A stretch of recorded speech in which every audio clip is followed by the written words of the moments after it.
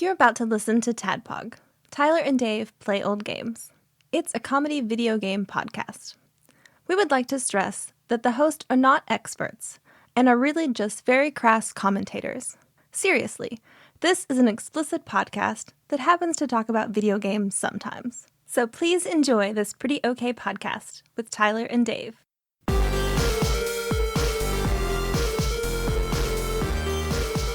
Hello, Internet. Hello! Yeah! Got it this time. Hell yeah! Frog pussy! Frog pussy! Cucumbersome! Cucumbersome! I realize. Eventually. Let's get all this. All the buzzwords. What are you, Tradesy? Mondo! Tradesy! Oh, man. You hear Jacob yelling from across the room? Nazi Coke. Miller sniffing. Some say he's still sniffing to this very day.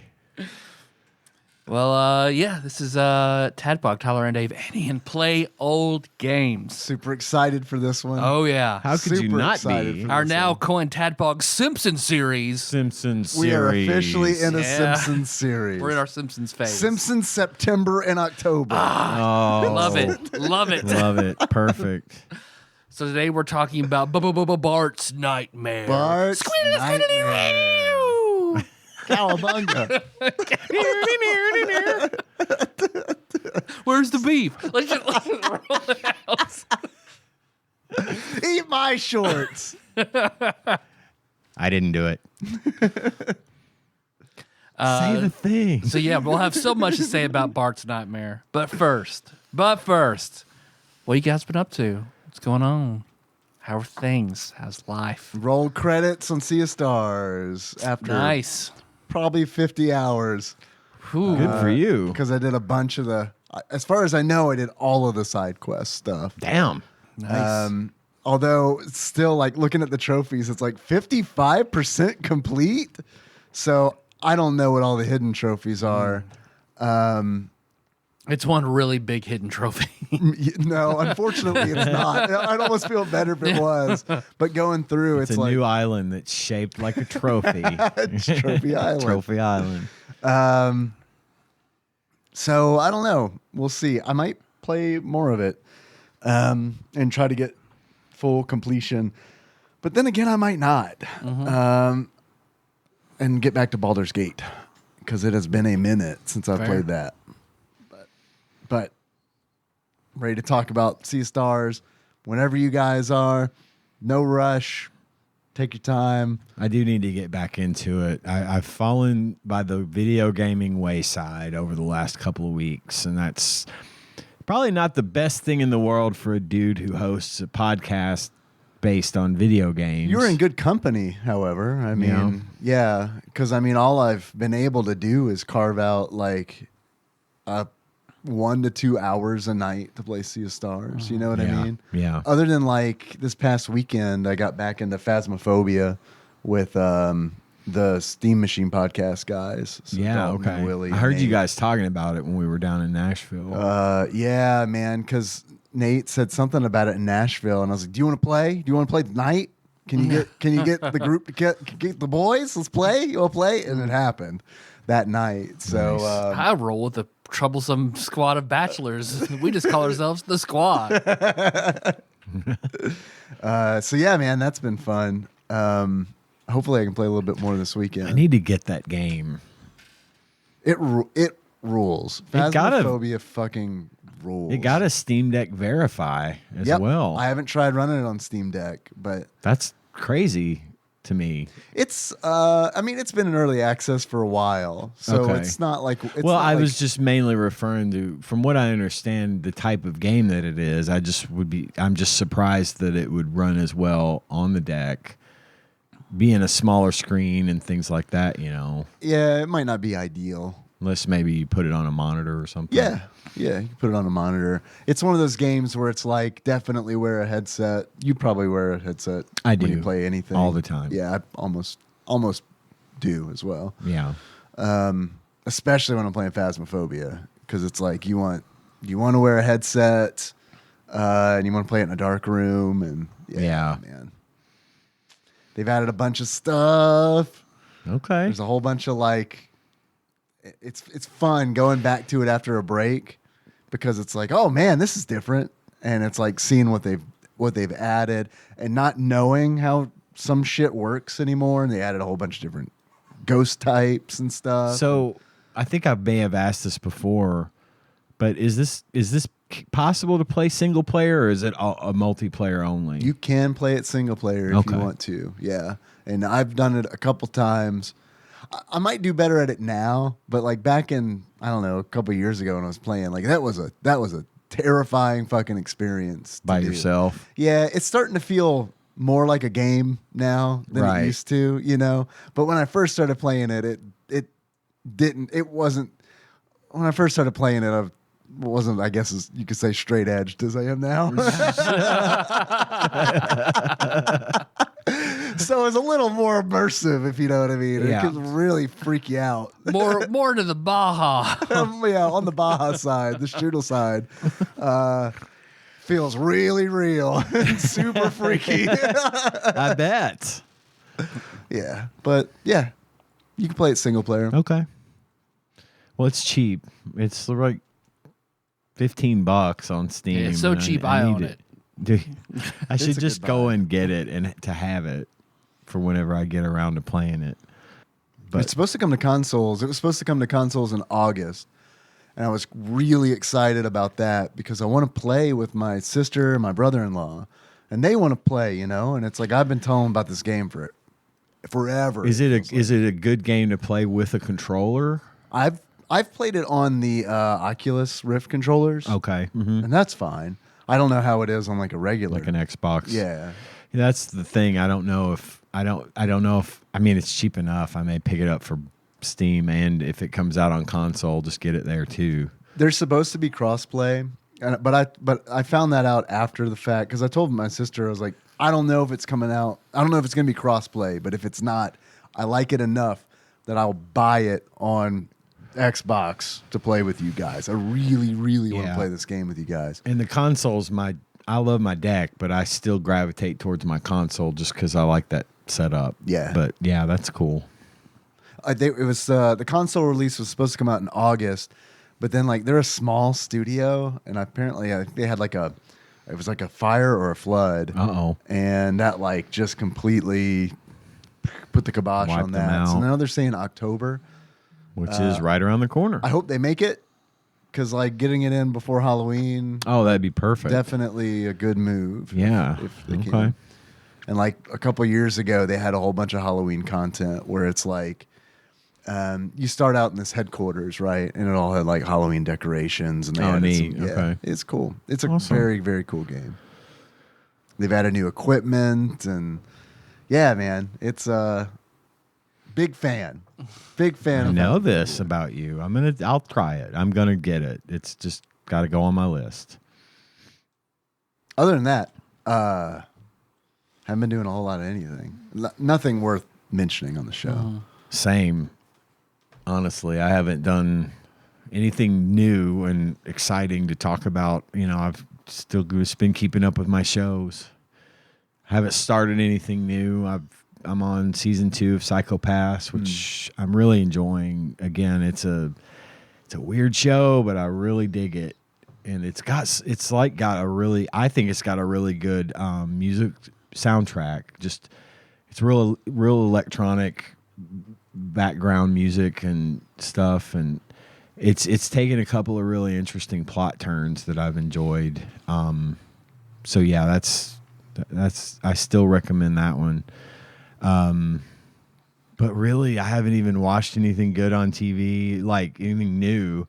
And usually, I got some movies and shit to talk about, but there's Nothing. there's not really. There's a bunch. That's a dry hole. It is a dry hole this week. There's a Gotta lube bunch it up. coming that I'll probably be talking about soon. There's a new Pet Cemetery movie coming out. What? And a new Exorcist movie coming out. What? Yeah, there's all I manner didn't know of about stuff. any of this. Pet Cemetery is, I think, called like Bloodlines or Beginnings or something. It's a prequel, I believe, to the One We Know and Love. Is it so? It's a prequel to the original I think movie so. or the remake? I mean, they're They're this. They're pretty I much- would imagine They just swap a couple things. Yeah, it's pretty much the same. Yeah. So I think it's just a prequel. And then The Exorcist is another one, but it's not a prequel. It's like a fourth chapter.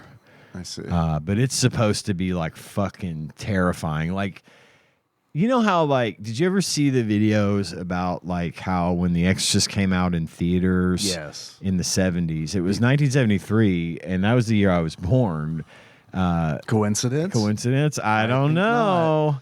But they had people were lined up around the block to see this movie and everywhere. And you know, it was so. Have you ever seen The Exorcist, Tyler? Either one of you? Bits and Oh, yeah. pieces. Fuck Bits and pieces. Yeah, my dad loved The Exorcist. I remember like being like 7, and he was like, "Do you want to watch The Exorcist?" You're probably not old enough, which is enough to be like, "Fuck yeah, let's watch The Exorcist." Have I told you the first time I ever saw The Exorcist? No, So I've mentioned before that I've been to space camp you're right. a couple of times. Yes. And usually my visit, this is a long way around. Great. Usually my visit to space camp would coincide with my parents taking a vacation of their own to like Hilton Head or something, you know, wherever they wanted to go. Usually it was Hilton Head. My dad wasn't really the guy to change up his routine much. They found something they liked and they kept going. And of course, if I was going to be gone for a week, they were like, well, we'll take a vacation too.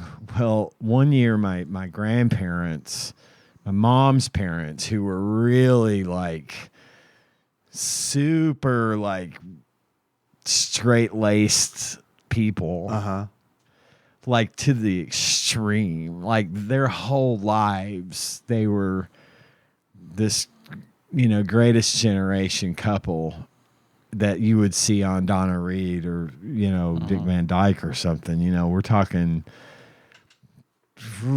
I cannot stress enough how and they're great, but they were just like super whatever. And so they took me to space camp so I could spend some time with them. And I think they were going to see my uncle and aunt, and my uncle is my mom's brother, their son. Okay. My grandparents that I'm talking about, it's their son, who lived in Georgia, which was just over the county line from where I was going to space camp in Alabama. Huntington? Huntsville Oh, Huntsville. is where space camp is. So anyway, they took me down there because they were going to Georgia anyway, and we hung out. And so we were staying in a hotel the night before, and The Exorcist was on like pay-per-view or HBO or something. And I think I was probably 12, and I didn't know anything about it, you know. I just was like, well, can we watch The Exorcist? Now, look, they were very, again, a very straight-laced couple, but they weren't naive. I can't imagine that at some point they didn't hear about The Exorcist. Right. Especially considering they were in their 50s when I was born. Yeah. The Exorcist, You know. is that Jack LaLanne? Sure. Go ahead. I don't know if maybe they really were that clueless. I don't know. This is my Papa Bob who watched wrestling. He Okay. loved this. This is the guy that loved to watch wrestling. And I mean, I don't know how this happened. But I was like, well, I guess we could watch The Exorcist. And they were like, all right, we'll give it a shot. Well, I watched The Exorcist for the first time with my super straight-laced grandparents. Who All of it? The whole thing. Wow. Soup to nuts. And I don't know whatever came of that. Nothing was said. It was real uncomfortable. And I was Everybody watch it in silence and then go to bed in silence and not say a word. pretty much. Turned it off and went to bed. Pretty much. And honestly, I didn't understand half the shit she was saying. Sure, yeah. I'd never heard any of those words It was before. Latin. Yeah, this is all Latin. The Final Fantasy VI opera theme language. It Yeah. wasn't until several years later when I started picking up a bit more of a vocabulary when it comes to things like that I was like, holy shit, I watched this with my grandparents. Jesus, I would watch it now. Linda Blair says some of the worst shit, especially that a little girl could say. Right. And I was like, uh-oh. I it was just weird. But Your mother sucks dicks in hell? yeah, stick it in her cunt and things like that. Yeah. What would be great is you didn't really understand. These are and all they good things didn't to do with understand dicks, I don't either. know. Yeah, maybe they didn't. Maybe they hadn't heard that. Right. I don't know. No, I love to think of that scenario where you're both slightly confused about what's being said. I don't know. Pavel Bob was in the Air Force, so I feel like no, he he probably knew some of it.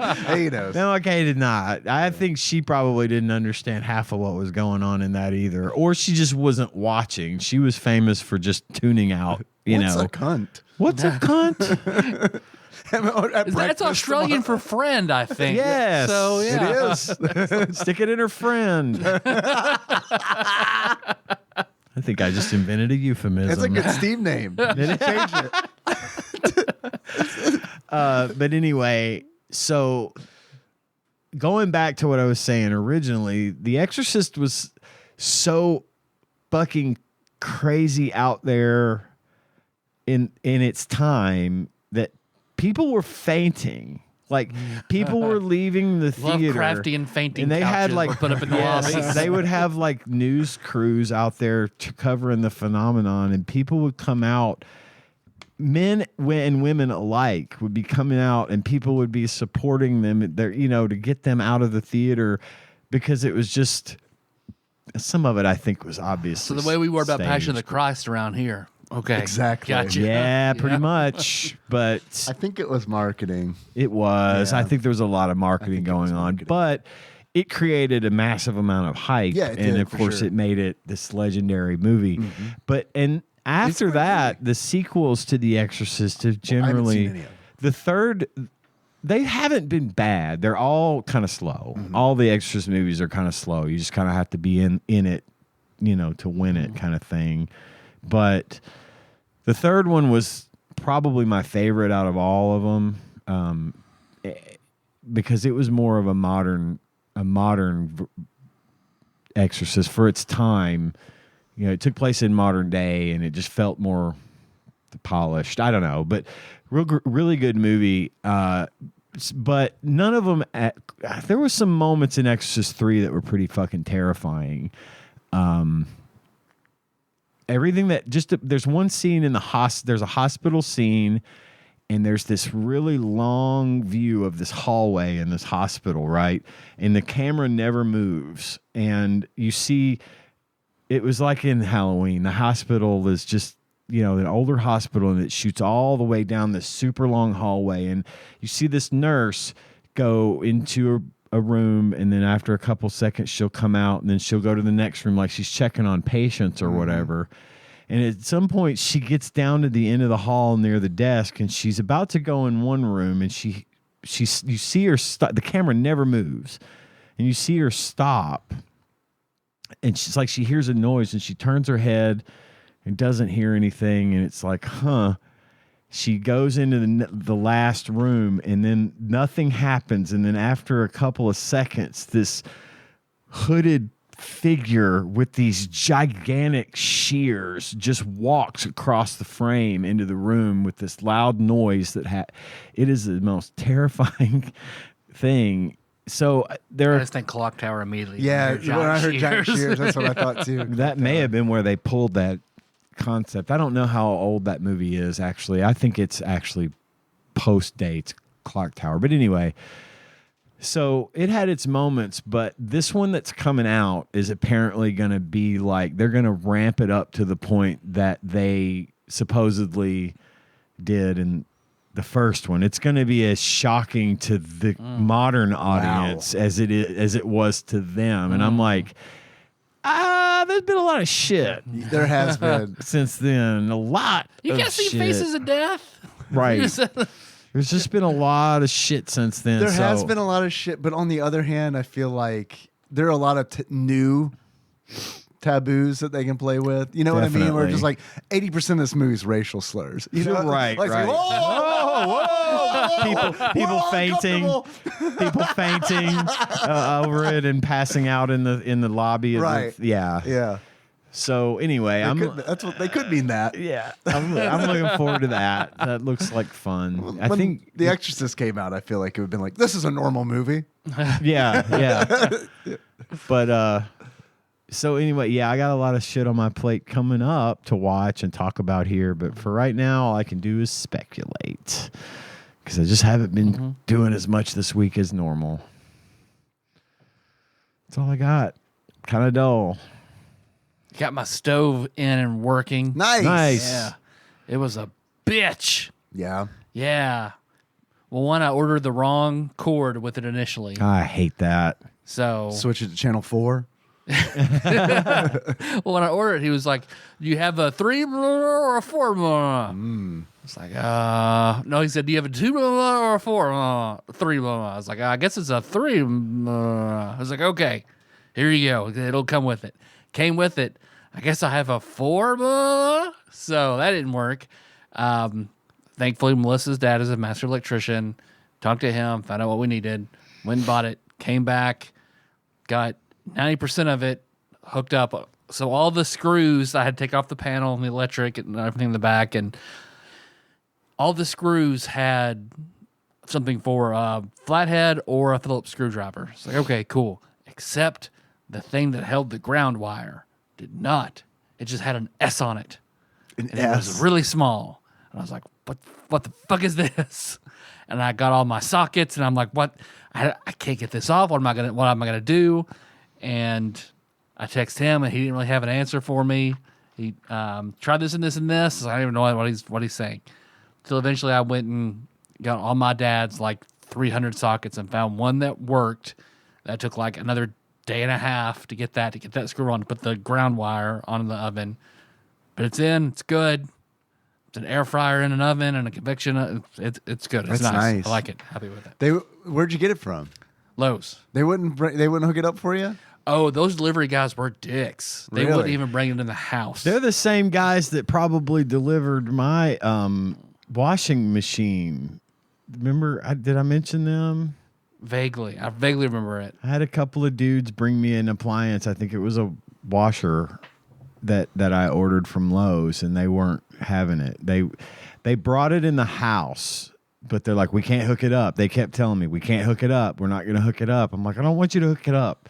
And they looked really mad, and I don't know. It may have been the same guys. Well, because they set it on my porch, and Melissa like opened the door for them to bring it inside, and they were like, it's good out here, and then just left. Oh. I was at work. She was there, so it was just like, fuck those guys. We had to make a sled, or oven sled, to get it up the stairs into the house. I just said something about that because they should have at least brought it in. Brought it in the house. The two giant movers who take a look at Melissa like, nah, this oven's out here. She's got it. You're what, 5 2 3/4? Nah, this oven's fine right here. You're good. It's the 3/4 that does it. Yeah, you're right. Gave my first midterm ever. That was fun. Yeah? Yeah. How'd the kids do? Pretty good, because I do for an exam, I do the grading like a reality show cooking competition. It's like, all right, here's all your recipes, or if they draw from a hat, get something random. You kick 5 of them out. Yeah. you gone. You're a great cook, but they voted you off. No one likes you. You have a shitty attitude. Come here, you. So, because, it's like, okay, an hour and a half. It's a test. Don't ask me anything except where to find something. Go. And, of course, they're like, Chef, does this have to... I don't know. Do you want us to do this? We'll see at the end if I wanted that or not. All right, it's a test. So they got it. They played. The first time I ripped them up because like they didn't do any plating presentation or anything. It's just like they just handed me a piece of bread. It's like, here's the rubric and it says presentation. Like, dude, come on, kids. I washed my hands. They do get points if they do that, and I take away points when they don't. Well, that totally, as you should. As soon as I get in the kitchen, I just watch the sink, and it's like, who's going over there? Tyler, have you ever seen the show Crime Scene Kitchen? Uh-uh. This is one I think you would dig. Okay. It's hosted by. It's been on for a couple of seasons. It's on Fox. Joel McHale hosts it, and the premise is that they get these teams. It's a baking competition, and they get these teams together, and each team. They before the round starts, they get to go into this kitchen where clues have been left behind as to what there's a mystery thing that they have to make, and they go into the kitchen and look at the stuff that's been left behind so they can try to suss out like what was made in the crime scene kitchen, and then they got to try to reproduce it. Yeah. And then they do the reveal at the end of the round, and whoever gets it's judged on presentation, but also like how close they get to the actual thing. So like if the final product, the final thing ends up being a wedding cake with, you know, white, blue, and green layers. If they make a really shitty wedding cake, but they're the only ones that has white, green, and blue, then they might win if no one else gets that part right. Yeah. But we watched that show a lot, and I thought of you. I thought I would love to see if you would guess based on I'll that check it out. stuff, because I think you might dig it. It's a pretty cool show. No, I'll check it out. I think you might like it. I was hoping by the name, I was hoping like contestants to go into a kitchen where someone or multiple people have like been brutally murdered, and then there's like a investigator who just like gives them details. Like when they go over to the stove, they'll be like, they cooked 5 uteruses on that stove. Make a cookie, but don't contaminate the crime scene. Right? Yeah. You get bonus points for making coffee for the detectives and being a good host. Well, that is a good premise for that show, for a show like that. I'd watch it. How about a haunted kitchen? Ooh, haunted kitchen. That would be good. Random shit explodes and Yeah. a haunting happens and it steals all your Cooking shit. with a demon. But it was still, they did pretty good. Only one of them followed the procedure they were supposed to. So basically I dinged them all because they didn't, and like their bread was like kind of, I got to do the Gordon Ramsay, it's raw. You donut donkey. Give me these 2 pieces of bread on the other side of your head. What are you? His show came back on this week too. But all in all, they still did pretty well. They still like you said, all the layers. They got all the basics they were supposed to do. So they all still did pretty well, except you know. So I do enjoy him even more than I thought I would, and Cool. I thought I would. So It sounds like fun. Yeah. No, it is. sounds like fun. but that's all. I've stayed caught up with Only Murders in the Building. God, me too. I did watch that. I think I had the latest one to watch. Melissa will watch that after we're done recording. But That show never fails to make me laugh aloud. At least at one point, at least once in an episode, that show will have me laughing out loud. It's so fucking good. Well, do you guys want to do a draft? Yeah, what are we Sure. going to do? I was thinking, because since our chicken draft went really well, I brought doing a beef draft. Okay. Our favorite beef You dishes. do beef. All right. Beef. Does that have to be favorite, or can we just draft any beef? Any beef. Great. It's a draft. Do a popular You do what you beef. want. All right. We were talking about the drafts, about the cartoon. We had a lot of cartoon theme song suggestions given to us on our Discord. Yes. pisstasters.com if you want to check that out. Piss. And at some point, I mentioned, because people just kept listing them off, and someone said, how could you only pick 10 each? I said, because at some point, all we're doing is just naming theme songs. Each of us name our top 50. We're just naming them at random, just seeing how many we can Right, come up that's with. fun, too. And that It's is different than a fun, draft. but it's not a draft. But that's really fun. It is a lot of fun, and that's what ends up happening. Yeah, it is. But and I'm not complaining, but it's if we're talking strictly from a draft standpoint, you got to pick. So I have a new pitch. I'd like to take this show in a different direction. I'd like it to just be a show where we pick a thing and then try to name as many things in that category as we possibly can without using like the internet or phone a friend. I would be more qualified to do that than I am to do what I'm doing now. You say that now, but I bet we could come up with a whole bunch of shit where it's like seaweed. Well, I mean, why would we pick Green. seaweed? to make a very short show. It's like we all got a bunch of shit to do tonight. Topic is types of rabbits. I know there's a bunch of them. What are them? What is them ones on that Watership Down cartoon? I picked them. Cartoon rabbits. Cartoon. Literary rabbits. Dave, you want to pick 2 numbers on Sure. the 6-sided die? 6 and 1. 6 and 1 for Dave. What about you? What do you want, Ian? 4 and 5. 4 and 5. So I will have 2 and 3. Okay. 3. Tyler. Fill this out real quick. Okay. So my number 1.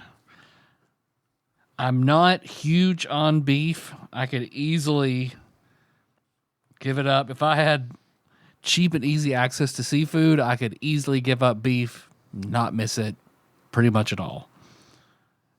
But that being said, there are still some beef dishes I like. The first one, my favorite thing in the world of beef I've ever had. Wide world of beef. Wide world of beef. And it is not the most humane of dishes. Veal cheeks. Oh. What Literally the face cheeks of veal. Okay. I had them at because you just think of your own cheeks, how soft and tender your cheeks are. Why is I it bite them all the not- time. Yeah. I do too. Why is it not humane? Do they cut their cheeks off while they're still alive? Veal, just You pay Oh, extra oh. for that. that baby. You pay even more if you get to cut the cheeks off yourself. Oh, yikes. Soon as that baby slides out, get its cheeks. Fucking get it. Don't let it stretch its mouth out. They're holding it down. It's like, come here and watch. We're getting the cheeks. Yeah. Oh my God. You had an order of what? 16? All right, get 8 of them. You want to eat it, right? Come on. I mean, this was back in like 2011, and they were outrageously expensive. I never would have bought them. I would just. With the price of cheeks going to the fucking roof. But they were delicious. Oh, God. Veal cheeks. Veal cheeks. Dave. That's my chatterbait name.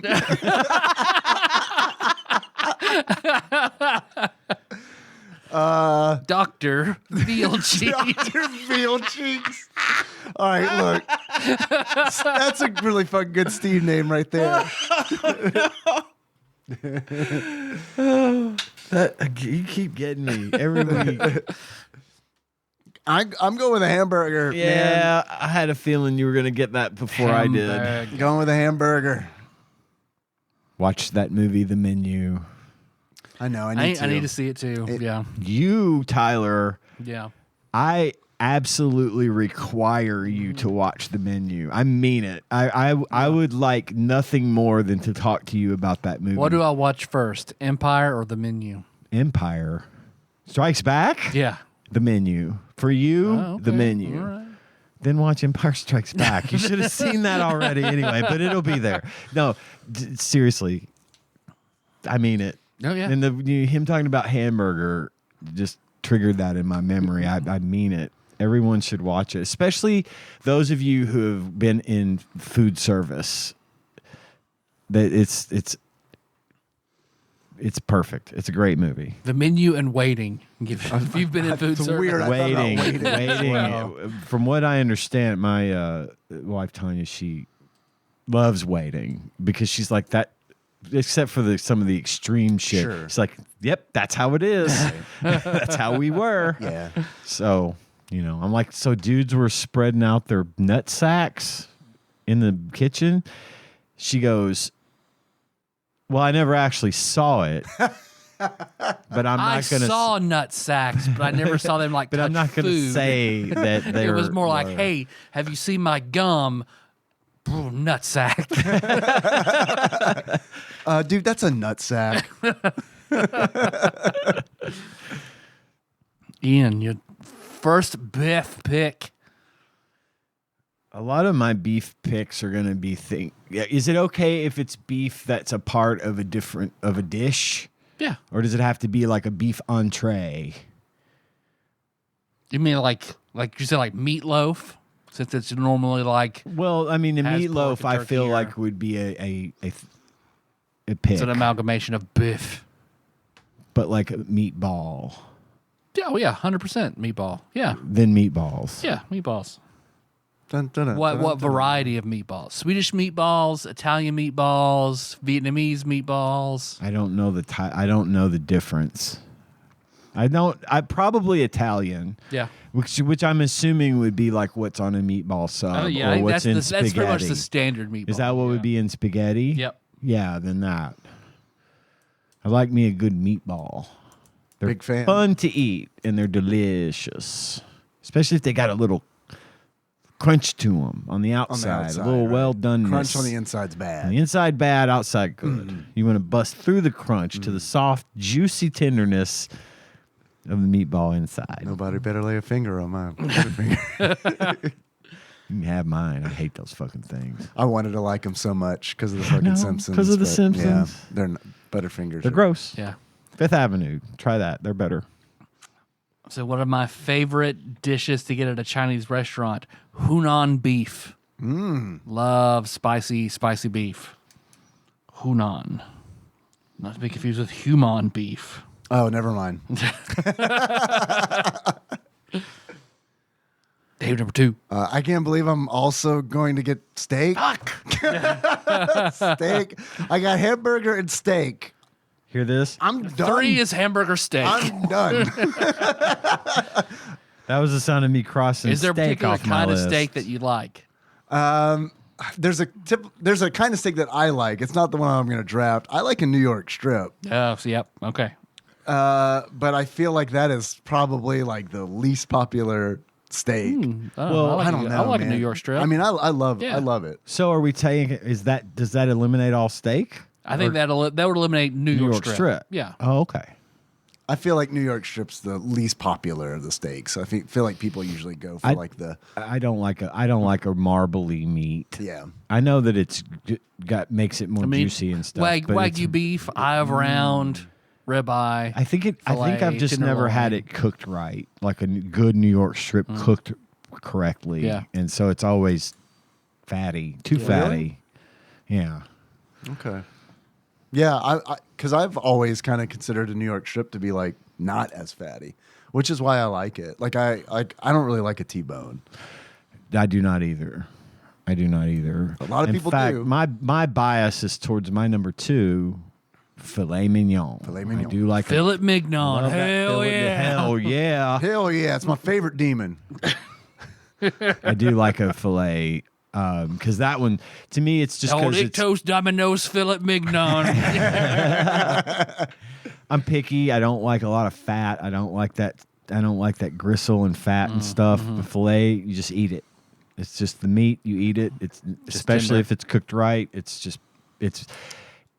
a shame it's too expensive to get, but when you can get it, it's worth it.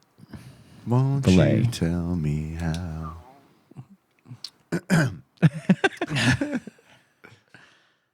I'll say my number 3 is probably my favorite cut of meat that works as a steak, works broken down. I know a restaurant that tries to pass it off as tenderloin. It's not tenderloin. It's a much cheaper cut that's a little more unknown, but because it's cheaper and it's just about as good, called Terry's Major. Terry's Major. I don't know this. I know a Major Terry. For the same thing. It's from like deep in the shoulder, so it's not super used. But no, it's a good. That's why I learned that at that butcher shop in DC as well. So yeah, Love a good Terry's Major. Okay. Dave? I go with beef Wellington. Beef Wellington. Now, this is the one that's inside a crust, right? It's wrapped inside of Puff pastry. There you go. Thank you. Yeah, I don't know. That's A lot Gordon of things I Ramsay's eat, favorite. I don't. That's his signature dish. Okay. Yeah. There are a lot of things I eat that I don't really know or really think about what's in it. Same. No, I don't. I know nothing about most of the food I eat other than it. I either like it or I don't. A lot of times I'm like, this is good. What's it called? You know? Yeah. So I can order it again. Right. So what it's like, it's a piece of beef covered in Dijon mustard, Ooh. wrapped in prosciutto, and then covered in mushroom duxelle, and then wrapped in puff pastry, baked. I would like to try that sometime. That sounds really good. We serve it once a year when the executives at the hospital have their big meeting. We'll make it and serve it for them. So Nice. Sweet. My number 3 is going to be meatloaf. Yeah. I love meatloaf. I love Anything for love. But I won't do that. This is the second time I've heard that referred to today. Ooh. That's got to mean something. And it wasn't from either one of you. It was Right. literally just something that came across It wouldn't my count path if it was today. also me Right. earlier. No, I would too. Okay. I'll take something in the opposite direction. Loaf meat. Meat. Country fried steak. Oh, man. I don't like country fried steak. I do. I love it. Everyone loves it, but I've tried it twice and been like, nope, don't like it. I thought maybe the first time was a fluke, but on the second go, it's like, nah, That's fair. don't That's like fair. this.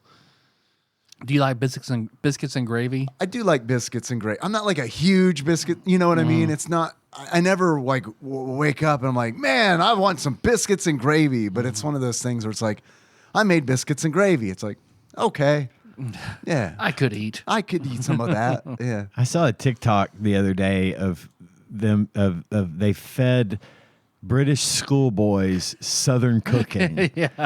And they start with just the biscuit. And they're like, those aren't biscuits. That's cake, you know, because Right. they call cookies biscuits, Right, right? yeah.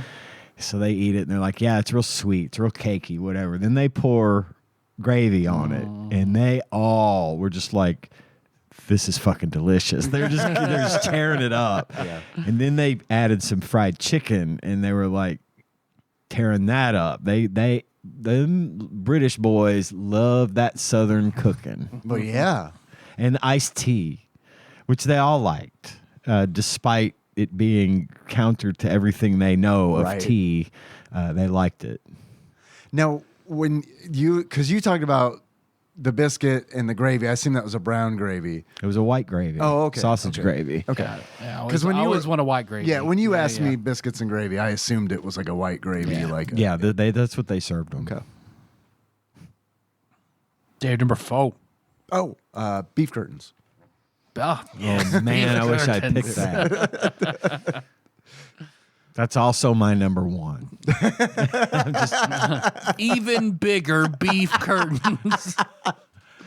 You can have the big ones. Dangle and jingle. Dangle and jingle.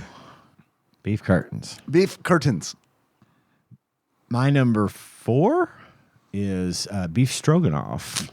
Yeah, always, also very popular. Goes hand in hand with beef curtains. The stroganoff part does. Yeah. My number 5, because I was torn between two different things, but if I'm being honest, the one I like more, and I know would be worth more points in an imaginary game anyway, would be one of my favorite kinds of sandwiches, a la Arby's, a roast beef sandwich.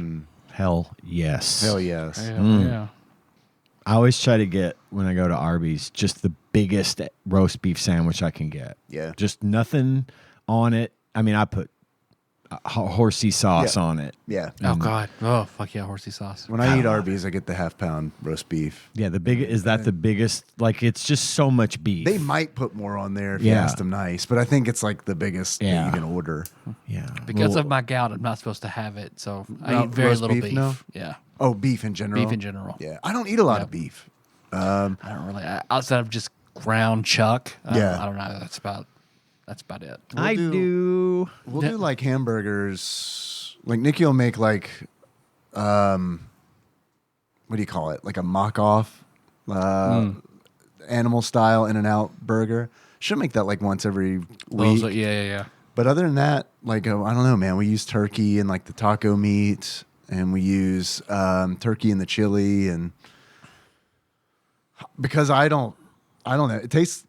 I won't say it tastes the same to me, but it's close enough to me. Where it's like, okay, it is. yeah. Mm-hmm. And I honestly kind of like it where it's like, I don't know, man.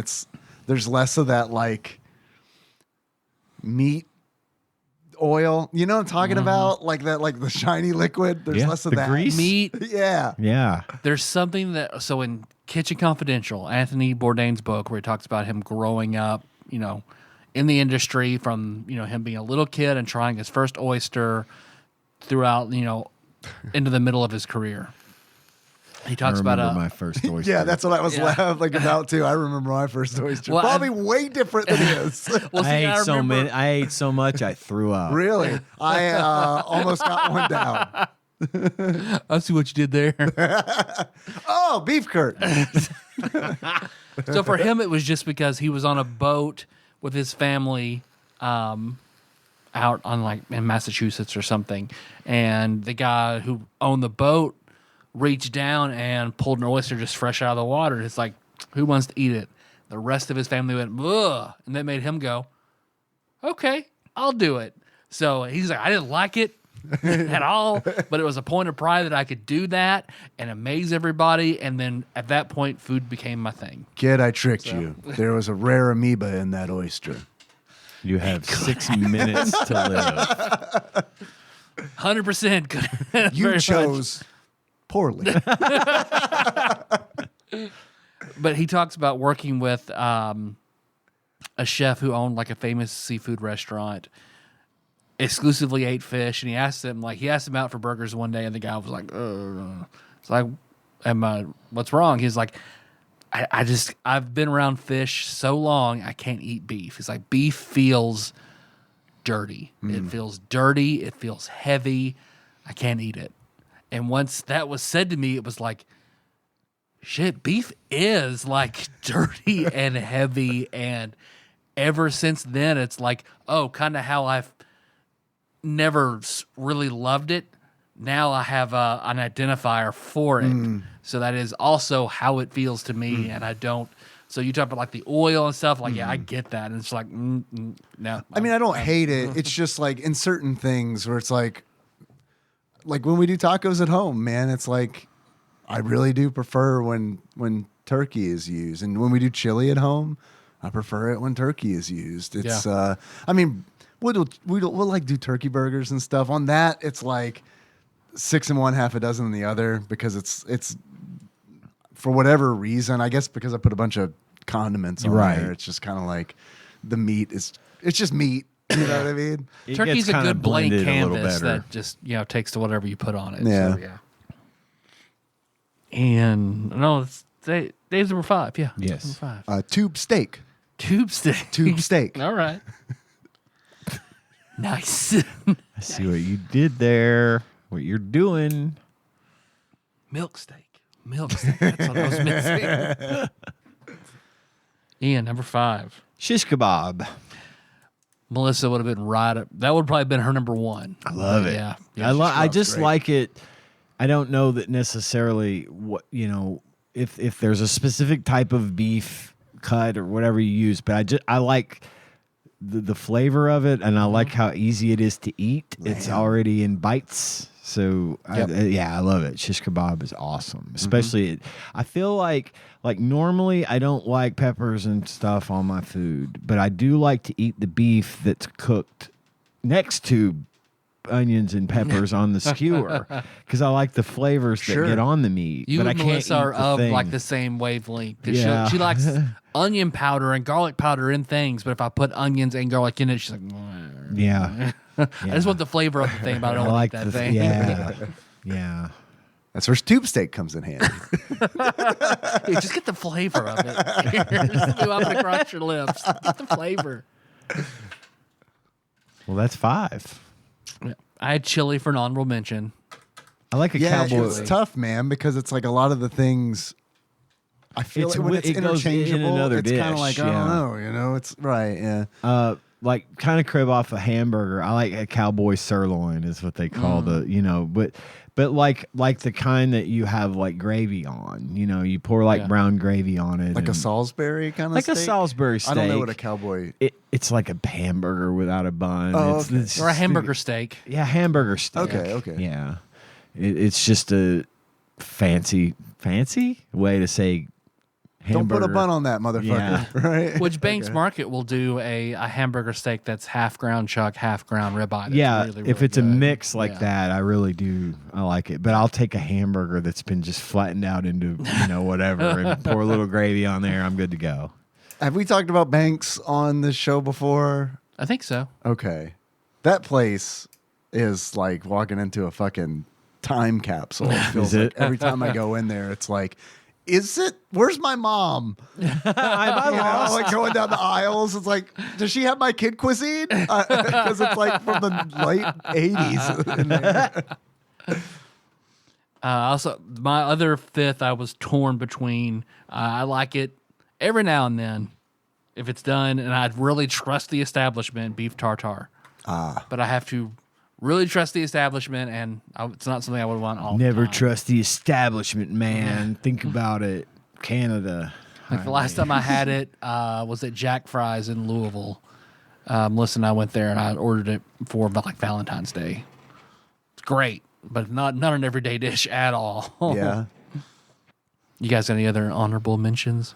Nah. Not Okay. really.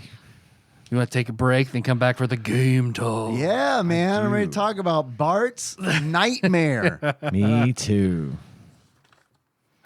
Stand by for something hilarious. I know you like clowns, so I made you this bed. Now you can laugh yourself to sleep.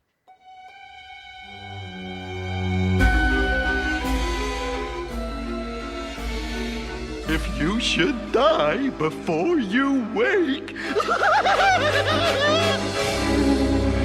Can't sleep. Clown will eat me. Can't sleep. Clown will eat me.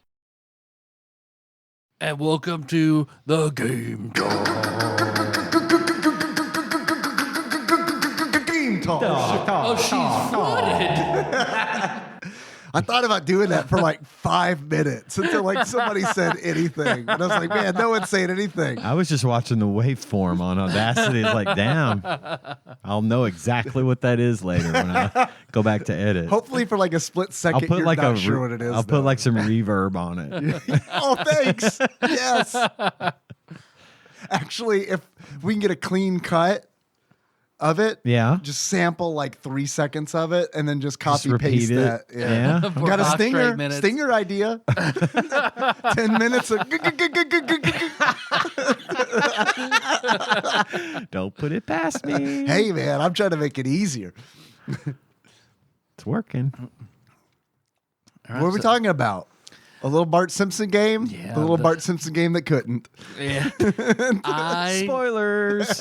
This is what, just like Krusty Super Funhouse. I rented this game many, many times. Not Why? not because it's good. 'Cause it was just like it was almost like a roguelike for me. I just get a little bit better every time. I kind of get it because that's how I was at Bart versus the World, where I rented that so many times, and it's not good, but yeah, it's one of those where it's like, well, maybe this time I'll get farther, and like it'll be cool once I get past all these shitty parts. Kind of like when Bart kept grabbing the electrified cupcake. Yes. This time. No, that was Homer that did that. It was when he was eating the chips and the dogs kept jumping Oh, out yeah, and you're snatching right. the chips. Yeah. This time, It was also always available. But I remember I would play it and get really far and be very excited and then have to return it. So then I'd think about it, but of course I only got to rent. I'd have to drive. It wasn't a Piggly Wiggly game; it was a Movie Hut game. So driving my parents to go all the way out to the south side. You're not driving. You had to convince adults to do this for you. And going out to a Movie Hut was next to impossible. So by the time I rented again, I wasn't as good and couldn't get back there till the very, very end. And then I was almost getting, because I only ever got like maybe 3 homework pages. And all the time I read it and all the time I spent on it as a kid, because it's fucking hard. Yeah. it is very hard. And it's weird and it's nonsensical. It's a shame that Movie Hut's not around anymore, because of like Netflix and chill, you could have Movie Hut and Nut. Man, we should bring it back. We should get an old Movie Hut and just do the show from there. It's pretty good. There's a very big one on South Side. Pretty good. It's been a pawn shop, closed down like 15 years ago. Which one? Which the building Lily is that? Pond or something. I don't know that one. Is that by the gas station, like across from the Walmart's butt? Paducah. Yeah. It's across from like where the Playhouse used to be, Oh, okay. which was our hand job parlor back in the day that And by burned our, down. you mean the one that we owned. My family's well-known hand job. the Holland Hand parlor. Jobbery, known as the Playhouse. Come on down, we'll treat you right. 2 for $1 Wednesdays at the Holland Hand Jobbery. $1 Holland make you holla at the Holland Hand.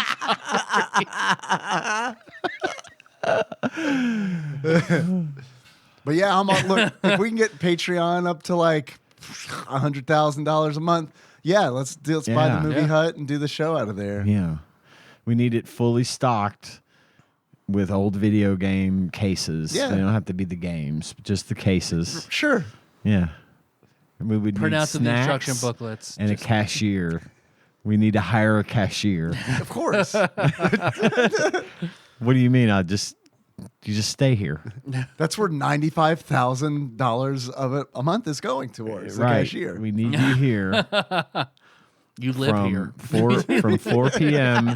until midnight, Monday through Friday. And that's it. You don't have to do anything. We're Wear gonna be this here uniform. for 3 hours. We're going to be here for 3 hours, and we need you to stand behind the counter in uniform and don't say anything. It's a very weird Five Nights at Freddy's. We're gonna put you through. There's no animatronics. You just stare. You're in no danger whatsoever. In fact, you can just fucking do whatever you want until we get here on Thursday night. Your job is to keep a straight face while we tell our hilarious jokes. So, like I said, it's an easy job. Bart's nightmare. Bart's Nightmare. So how to even describe it? So It's a mini game. it's a mini game. Yeah, there are like 5 different levels. Really, you have to do some multiple times to get multiple homework pages. So they're really like 5 levels yeah, that you access. You've mentioned the homework pages. The setup is Bart falls asleep while doing his homework. Yep. Because he's got this miraculous desire to do well. Right. He wants to do well for once. Right.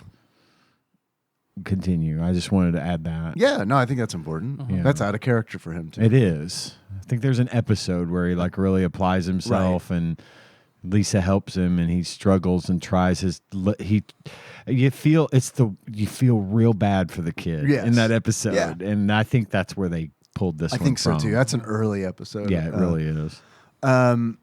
So he falls asleep doing his homework, and then his fan turns on and blows all the homework that he's done right out his window. You've been to the cutting floor site before, right? Where they show. So the cutting floor is a site where they show things that have been cut from video games. Oh, okay. Just thought it was interesting. I don't know how this worked, but they have screenshots from before the game was released, and instead of a fan there on his desk, there's an alarm clock. So I don't know. I guess at some point the pages did not fly out of a window. I don't know, but it just because like the fan is super important in that cutscene where it opens. That's the literal reason for the game events to occur.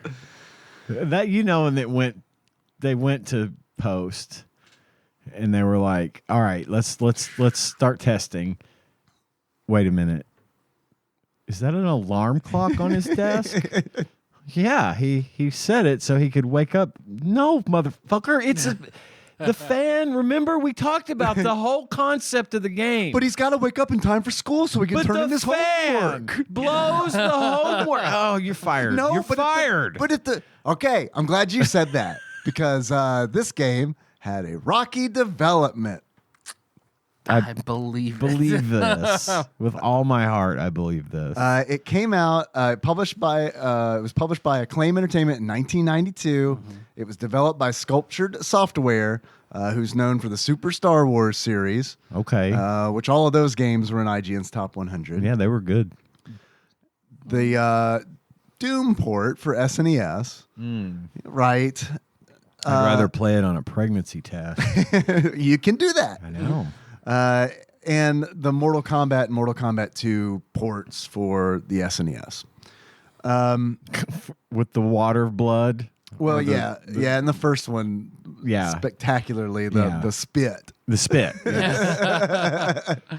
We always thought it was sand as a kid, but Nintendo says it's spit. So it came out on the Super Nintendo, obviously, and also the Sega Genesis. And this game caused video game designer Bill Williams to abandon... Williams himself to abandon the video game industry completely. Wow. Calling the experience Bill's Nightmare. Got one. Fuck you guys, I'm out. I'm going to go sell washing machines at Lowe's. Yeah, he's done. He's like, I'm done. And like he started developing games when he was a teenager and was like, I'm done. He also was. It's what happens when you chase your dreams.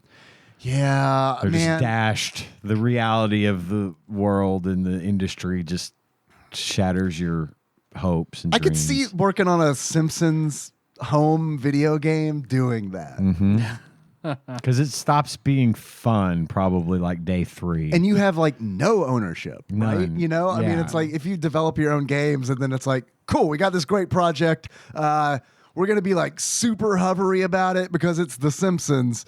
And there's no way it's going to be good because we're just going to keep like changing shit and telling you what to do. Yeah. Yeah, I can imagine. Mm-mm-mm. Bill's nightmare indeed. Yeah, because Bart falls asleep, blows out the window, and then he's still asleep. So it's all weird dream sequences as they intentionally make it fucked up and weird. He goes out onto the street. Which was the style at the time. I mean, it was. Early Simpsons was weird. They tended to gravitate towards the weird from time to time. Yeah, because you spend a lot of your time out on a weird-ass Springfield street. And I mean, unless you have the instruction booklet, this game makes no fucking sense. I didn't read it. Purposely. Ask me how long it took to figure out how to get into the actual game parts of the game. How to Gumby yourself into a fucking sheet of paper. Yeah. Man. I was so fucking mad. And I was so mad. I was so mad that I refused to look it up. I was like, I'm either going to figure this out or I'm not. And if I don't, then that's the experience I'm going to have with this game. But what if you didn't even know that you're supposed to, like, what if you didn't know that you're supposed to do anything with the sheets of paper? Because I was like, I didn't. Because I was just like, you got to collect them. I just thought you had to pick them up. Right. I did too. And so I'm like, go up to one, I press a button. Nothing. And Bart spits a watermelon seed out of his mouth. You know, famous Bart Simpson's watermelon seed spitting antics. Only slightly less famous than his bubble blowing, bubblegum blowing bubbles that float away because that's what bubblegum bubbles do.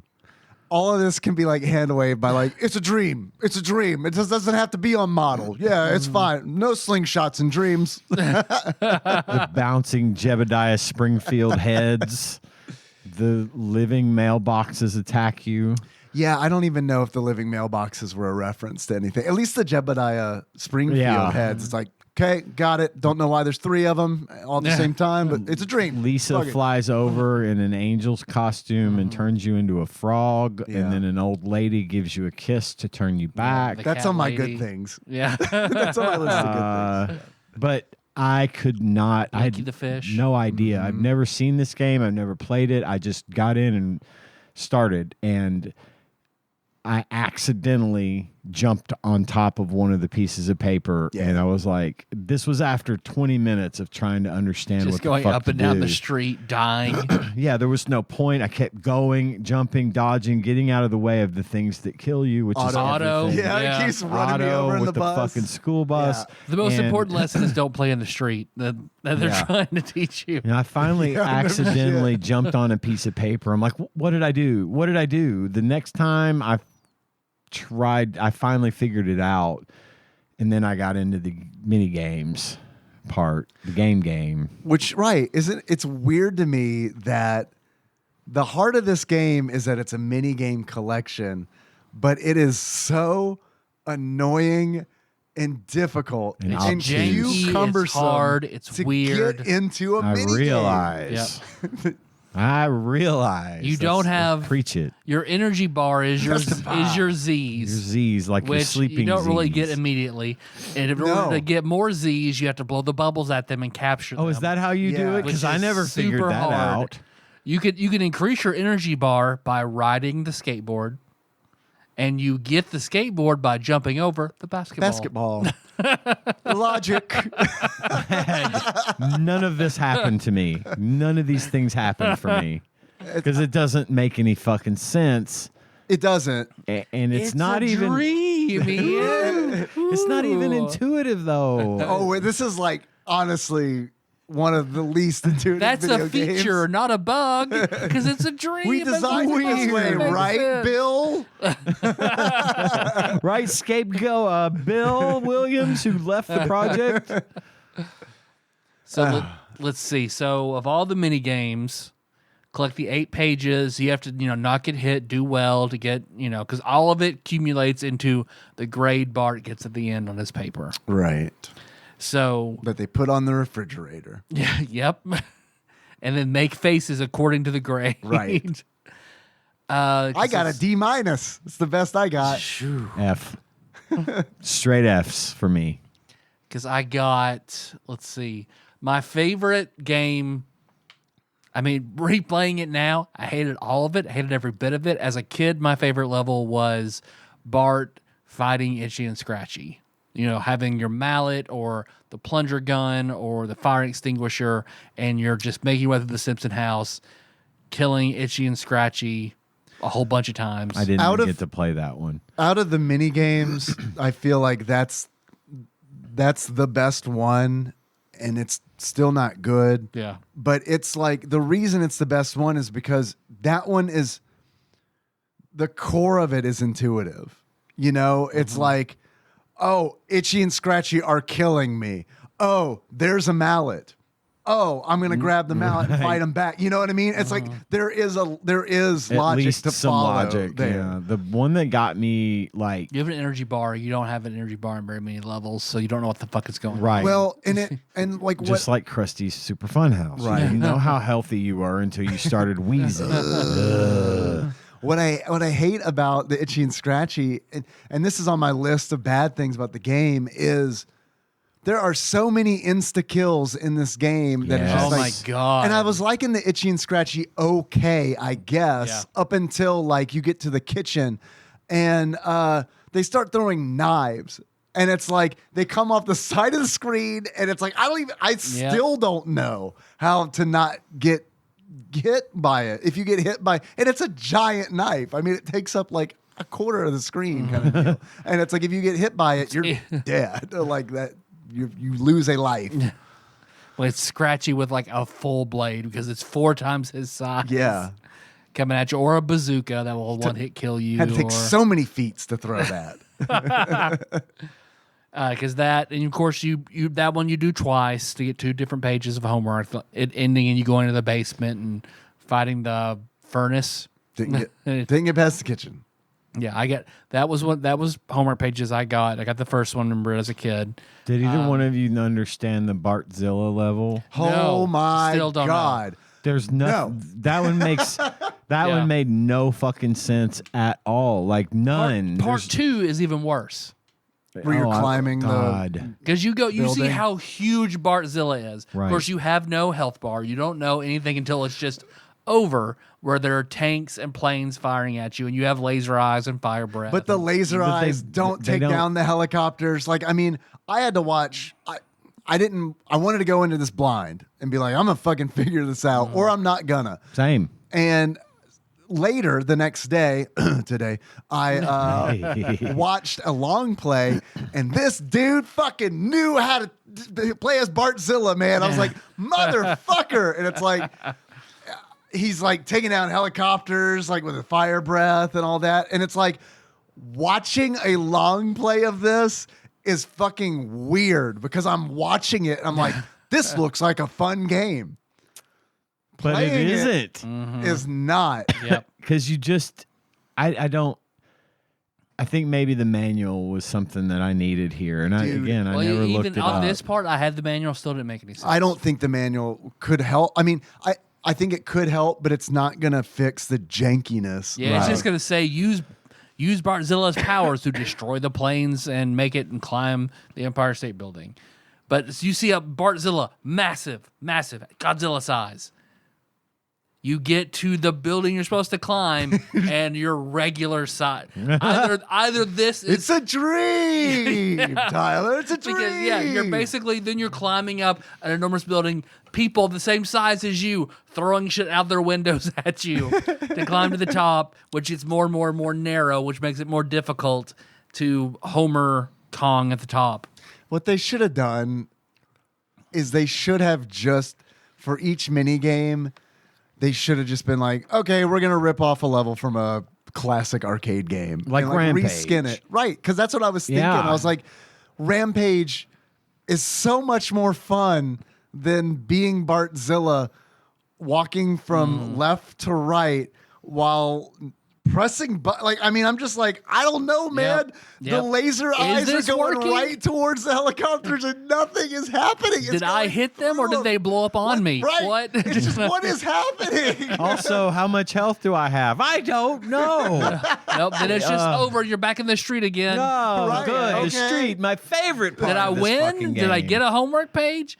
No, you didn't. I hate that one. My most hated by fucking far is the Temple of Doom level. I didn't Yeah, play that's that a one. really bad one. As a kid, I could never figure out. I mean, it looks like it would make sense, like jump on the blocks that are tallest, or avoid the short ones so they don't fall all the way through. Because all it is Temple of Doom, 3 different levels of blocks, and you're jumping across the blocks while demons swoop in, fire, Maggie traps, spit pacifiers at you. That's an insta kill. Yeah. I didn't know how to get past that. I mean, it's like, I guess I needed, because I tried to whip it good, because you can whip in different directions based on what, it's fucked up, man. Because it's like, dude, you want to whip right? Press B. Want to whip down? Press A. And it's like,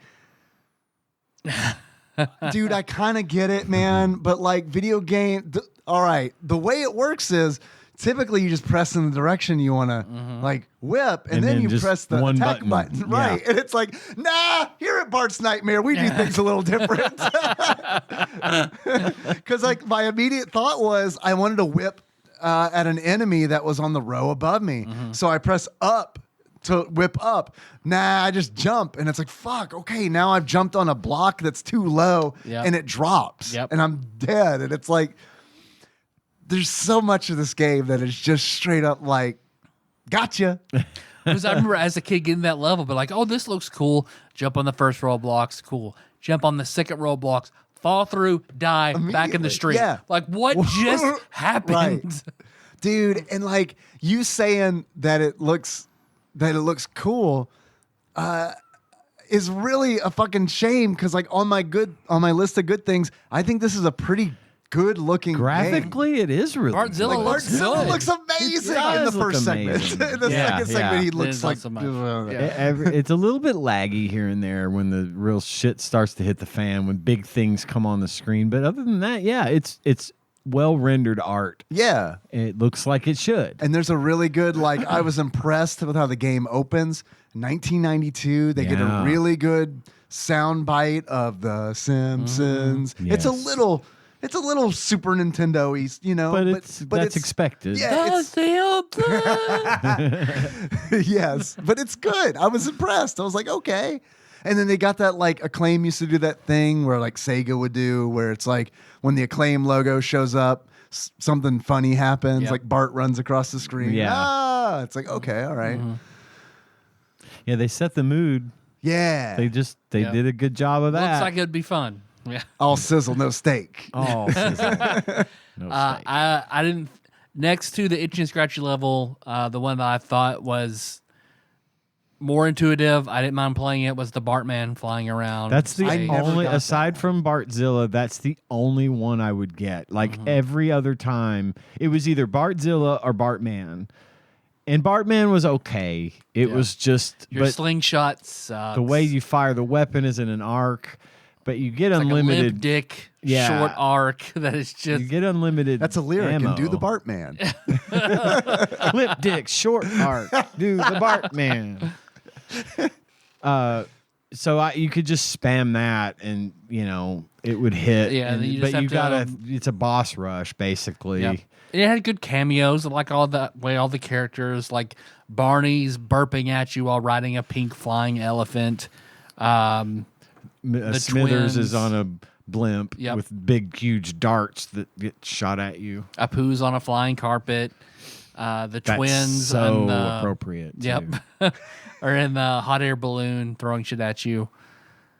The one where you're in Bart's bloodstream is pretty easy as far as ones go. I was happy when I got that Yeah. one because it's like, oh, I can beat this one. Yeah. So to explain for those that might not know, when you land on one of the homework pages in the street, you are then presented with two doors, and you can go left or right, and you pick the door, and whatever one you pick is what mini game it gives Right. you, and you have no say or control or way of knowing what it's going to be. The color will tell you. The what color it is, will tell yeah. you, okay. But if you don't know, But if you don't know, Well, like you only I have didn't, two options too, so it's not like you just get to go Right. pick Right. whatever. It's like, what? Flip your coin. two options, similar result. Yeah. Awful. Yep. There is no right answer. The one in the bloodstream gave me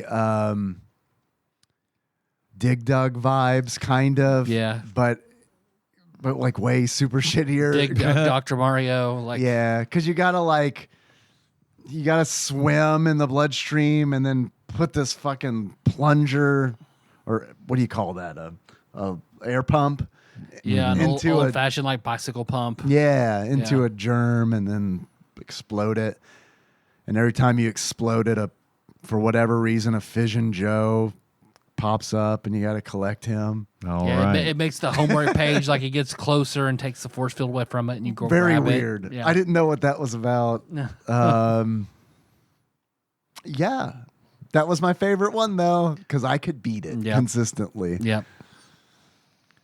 Which I think was use the itchy and scratchy twice. You do the Temple of Doom. No, you have to do it twice to get one homework page. There's another one that you do twice. Can't remember which one it is though to get all 8 pages. But Itchy and Scratchy, I think. itchy. Yeah. Oh, okay, you yeah. said that. I'm sorry. Yeah, it's just itchy and scratchy twice. And then do you get a separate page for Bartzilla? Yes. Well, yeah, because you do. 'Cause You there's two climb parts. it's skewed on top of the Empire State Building. Oh, okay. So that's where you get that one. You get the one from the bloodstream. You get one from Bartman.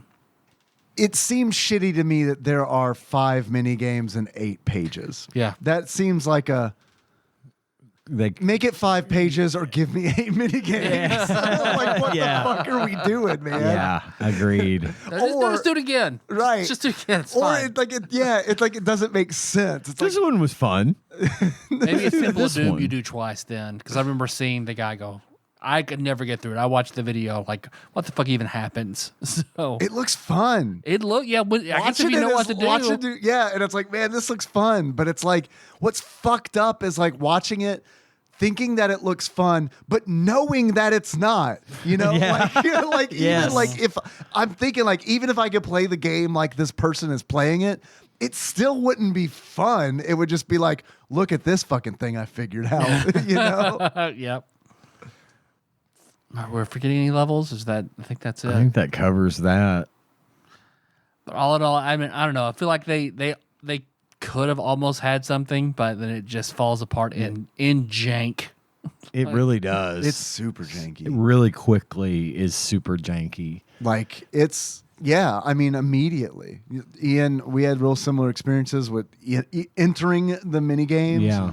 That in itself. And it's like, They put a fucking flashing arrow or something. Tell me what the fuck to do. If you're not going to make it intuitive, if you're going to have this fucking art piece, then tell me what to do. Give me some instruction on the screen. Jump on a page to enter, anything. Right.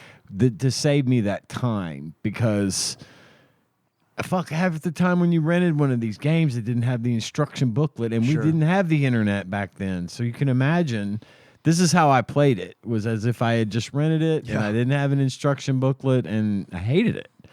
I hated it from the jump because it was Literally. just fucking obtuse. The whole thing, every bit of this game is obtuse. And it's a shame because they have this great property with all this potential and none of the creativity. it's a long storied tradition. It really is. It For really the is. Simpsons, especially in this era. And it's like that opening hub world where you're on the street. You can definitely feel like, they played the Simpsons arcade game. Yeah. And they played that Dream World level, and they decided we could do something kind of like that, but like not really fun, not fun at all. But like, you remember the saxophone that flew and had wings and it dropped musical notes? Well, let's put that in there. That's a thing. How about some TVs That's too? what made that game They fun. could go on the Right. street. What's it do when the notes hit you? Hurt? Nah, you just make your controls backwards. Okay. If you say Skinner's so. there, but what does he do? He puts He you puts in a suit on you. Yeah. What's the suit do? Makes you invincible. Okay. It's in the game. It's like Gremlins 2. Yeah. All right. You come up with a game mechanic. What's in there? An oil slick. Is that from an episode? No. It's just a brown blob. But it's And a thing it in makes video you slow. games. And it'll get rid of the suit. So I do think that it is kind of neat how interactions, like your encounters with enemies on that hub world, interact with one another. I do think that is neat. Like when Fairy Lisa turns you into a frog, it eliminates your ability to attack. But there's also the old lady. If you run across the old lady, she'll blow a kiss, and if the kiss hits you, you transform back into Bart. I think that's neat. And he goes, ugh. Right. Yeah. Which is, look, little touches like that are It's nice. always welcome. Yeah. But it just, And I'll watch The Simpsons if I want that. That's true. If that's all I want. Right. But it's not on all the time. right. It's Right. on one time a week, in this era. So I feel like that, like, ransom is what sold games like Oh, this. yeah. Yeah. To kids like me, Escape from Camp Deadly, I owned that on the Game Boy, where it's like, I get to watch The Simpsons once a week, but I got a Game Boy. I can look at it all the time. Right. I can And be think a part about of it and think about it. Yeah, So you're weird, absolutely man. right. How it's completely different now. Anything you want, Yeah. all the time, Yeah. anytime, as much of it as you can handle, more than you can handle. It's weird thinking about like Henry will never experience that, where it's like there's a thing I love, and I get it on this slow drip once a week, and then it takes a break for 3 months of the year. Yeah. And then I don't even know if it's coming back. And I have to, for those 3 months, I think about it. And I'm like, man, I love that show. I hope I get to see it again someday. Well, it's like these streaming You services. better hope no one comes to visit you at 7:30 on Thursday. Otherwise, you're waiting another That's week. why you're never supposed to call during Doctor Who. Everyone knows that. But that, is like, these streaming services will have a show that does come out once a week. Yeah. And when I finish watching, I'm like, well, I've got 7,000 other things that I could go watch. It'll be fine. And I'll forget about it for a week because I got too much other shit to do. But with stuff like this, it's Thursday. Yeah, so The much Simpsons entertainment. We is have on. to take The stock Simpsons of our used to be on lives Thursday. and spend our hours accordingly because there's more than we could ever consume in the rest of our lives. Yeah. So, how do you want to spend your minutes? Bart's Nightmare? Bart's Nightmare. I think we covered Let's it. do it. Those buy rent birthday. I'm going to be honest, this would have definitely been a rent for me if had it been available. I don't think I ever saw it like on the shelf or anything. But this is one of those games where I do feel like I literally had this experience with the Rocketeer. I reached to grab it, and then a cousin of mine like put his hand on mine. He was like, no. Yeah. Like that's this kind of game where it's like I would have, I want to check this out. got They've that- all been horrible. It's got curb appeal. It's Right. got curb appeal. Yes, The it cover does. art's good. The cover Yeah. art is Yeah, good. it looks appealing. That's It's- probably why I grabbed it. I might even go so far as to say it's iconic. Yep. I mean, with that like swirl background and Bart like being sucked into it. Yeah, holding his for hand sure. Out, with that foreshortening. It's great art. They get you, and then they disappoint. Yeah. So, yeah, rent for me, too, on that. Any achievements? I could come up with one. I got some. First achievement. Oh, do we have a comparison to movie or celebrity? Oh, I don't, but if you do, I do. knock it out. I chose Ricky Deal Logan, who played Carlos in Freddy's Dead: The Final Nightmare.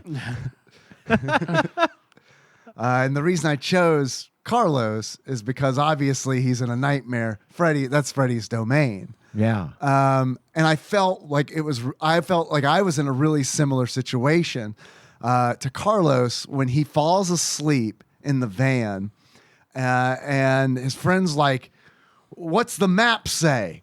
And he's like unfolding. You remember the old maps? Yeah, maps. Yeah.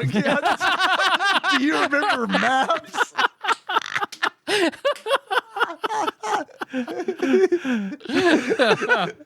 You see, kids.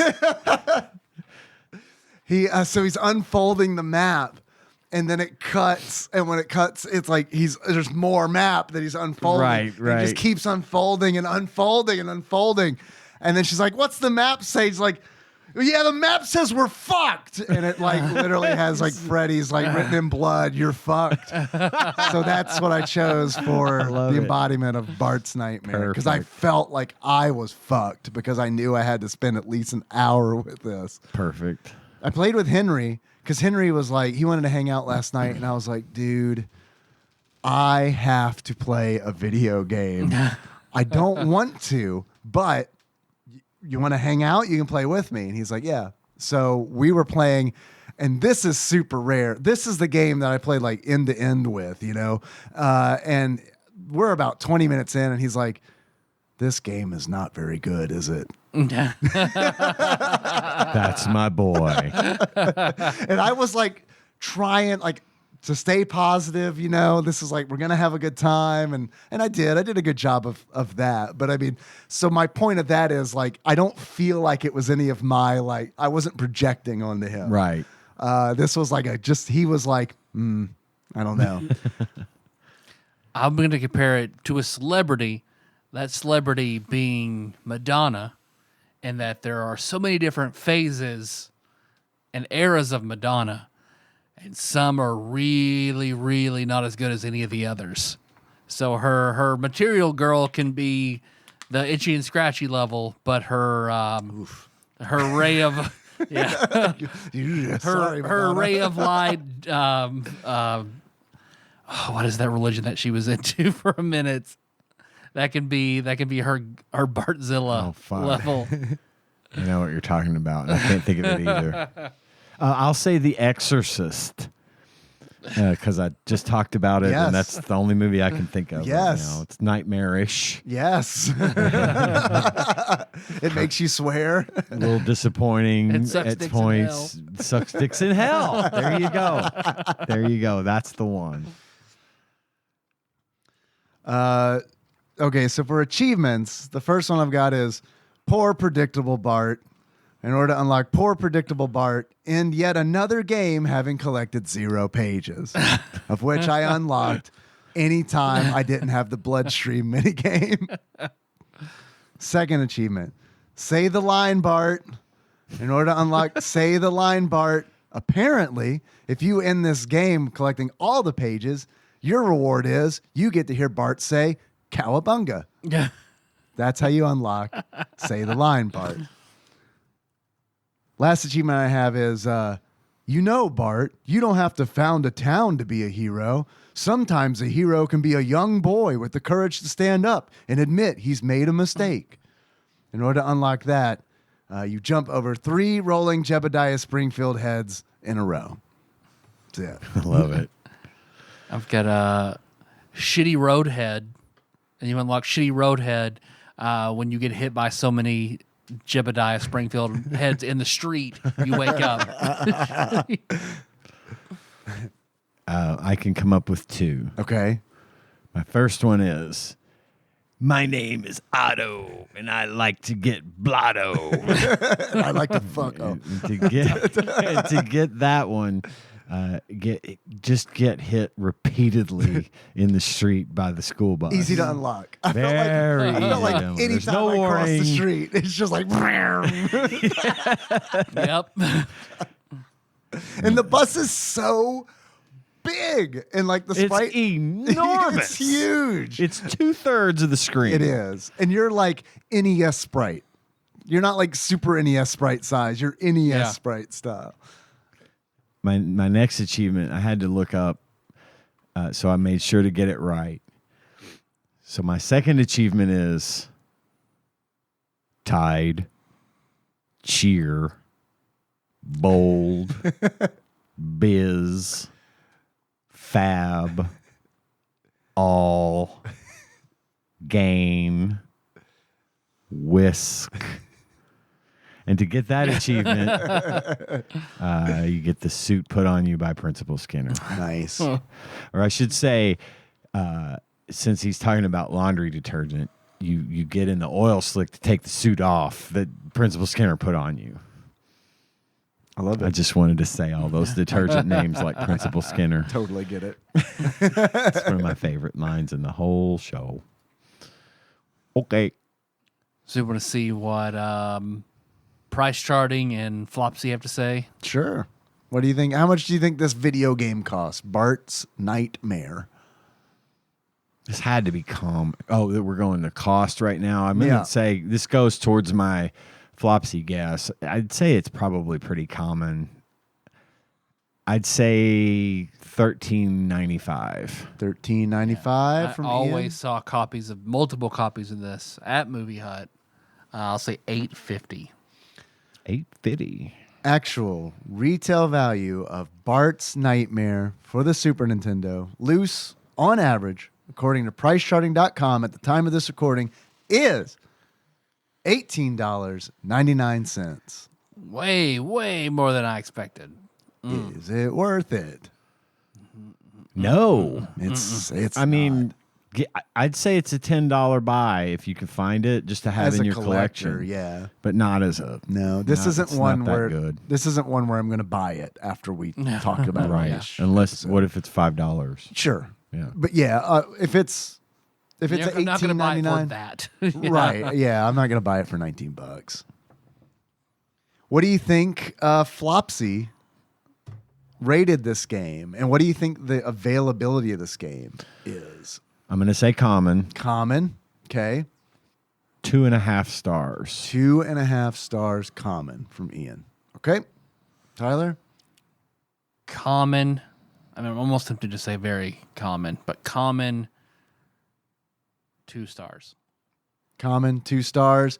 I cannot play. I accidentally saw when I was flipping through to find the page earlier.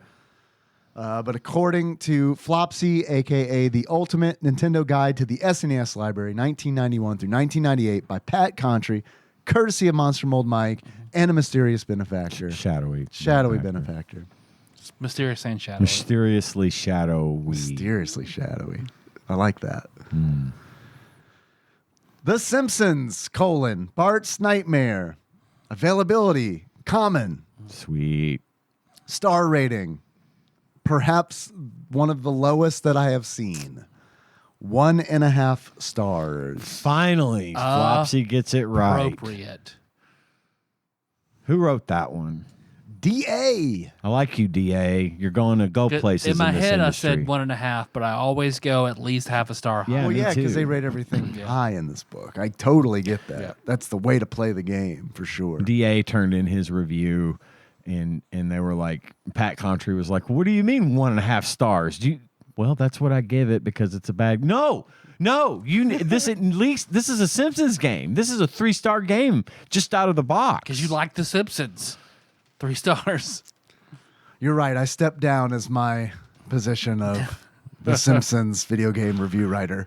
Good day. I said good day. So, I'm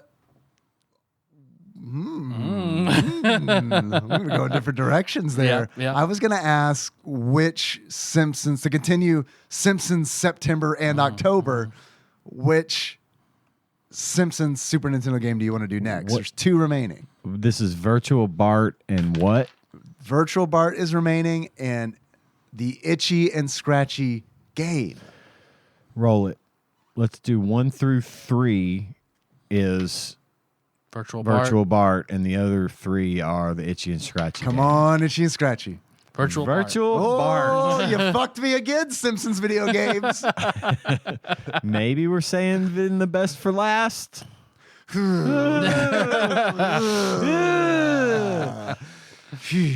That's a relative term. Yeah, we've already done Krusty Super Funhouse.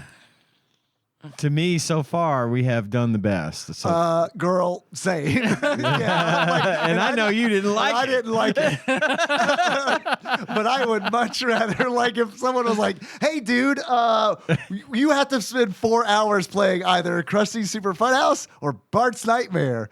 I'm going to choose Krusty Super Funhouse for sure. At least in that game, 100%. you know what you're supposed to fucking do. Right. At least after you figure out how to pick up the block. Right. Right. Which was honestly about as fucked up as like figuring out to jump into a page. I should have thought about it. What if I pressed down? Down worked in Krusty Super Funhouse. Yeah. All right. So Virtual Bart. Virtual Bart. Tyler, Yes, Dave. if you were to give this game a beard that sums up how you feel about it, what kind of beard would you give it? So I think I found out what my problem was because I really struggled with heartburn for a minute to the point that I would throw up in the middle of the night. My heartburn was so bad.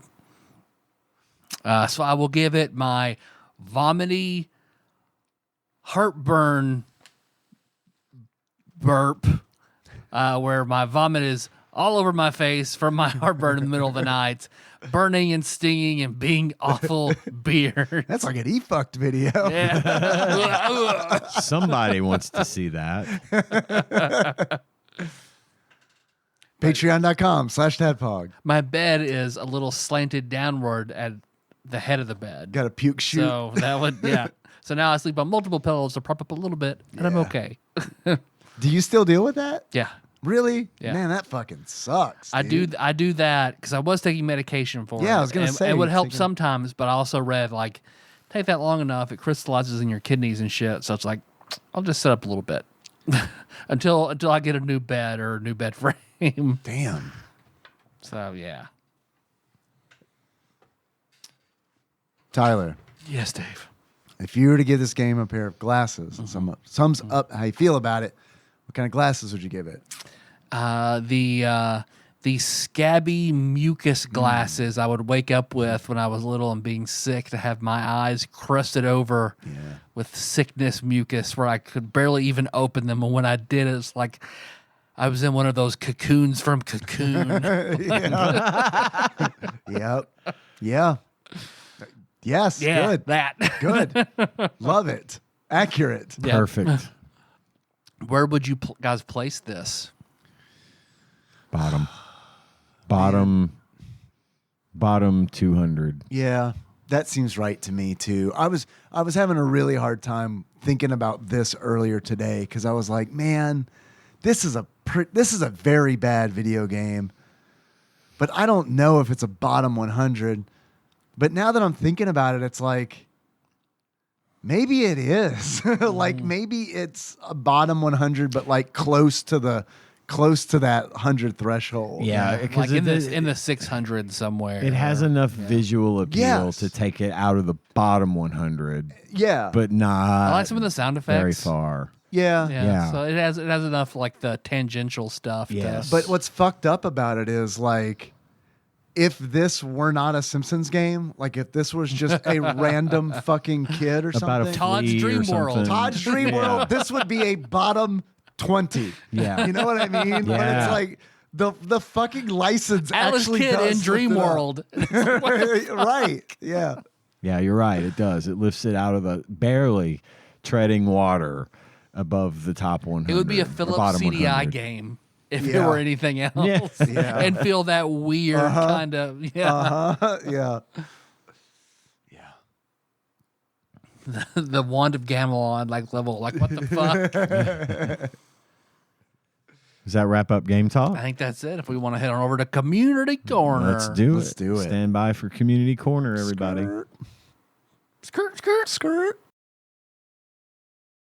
And a 1, and a 2, and a 1, 2, 3, 4.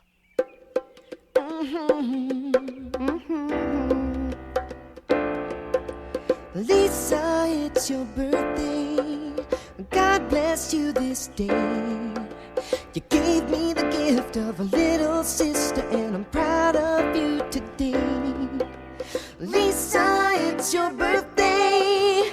Happy birthday, Lisa. Lisa, it's your birthday. Happy birthday, Lisa. I wish you love and goodwill. I wish you praise and joy. I wish you better than your heart desires. And your first kiss from a boy. Lisa, it's your birthday. Happy birthday, Lisa. Lisa, it's your birthday. Happy birthday, Lisa. Hi, what's this package over here in Community Corner? In where? Community Corner. I'm sorry. Could you repeat that? Community Corner. I'm sorry, guys. I wasn't listening. What are we doing?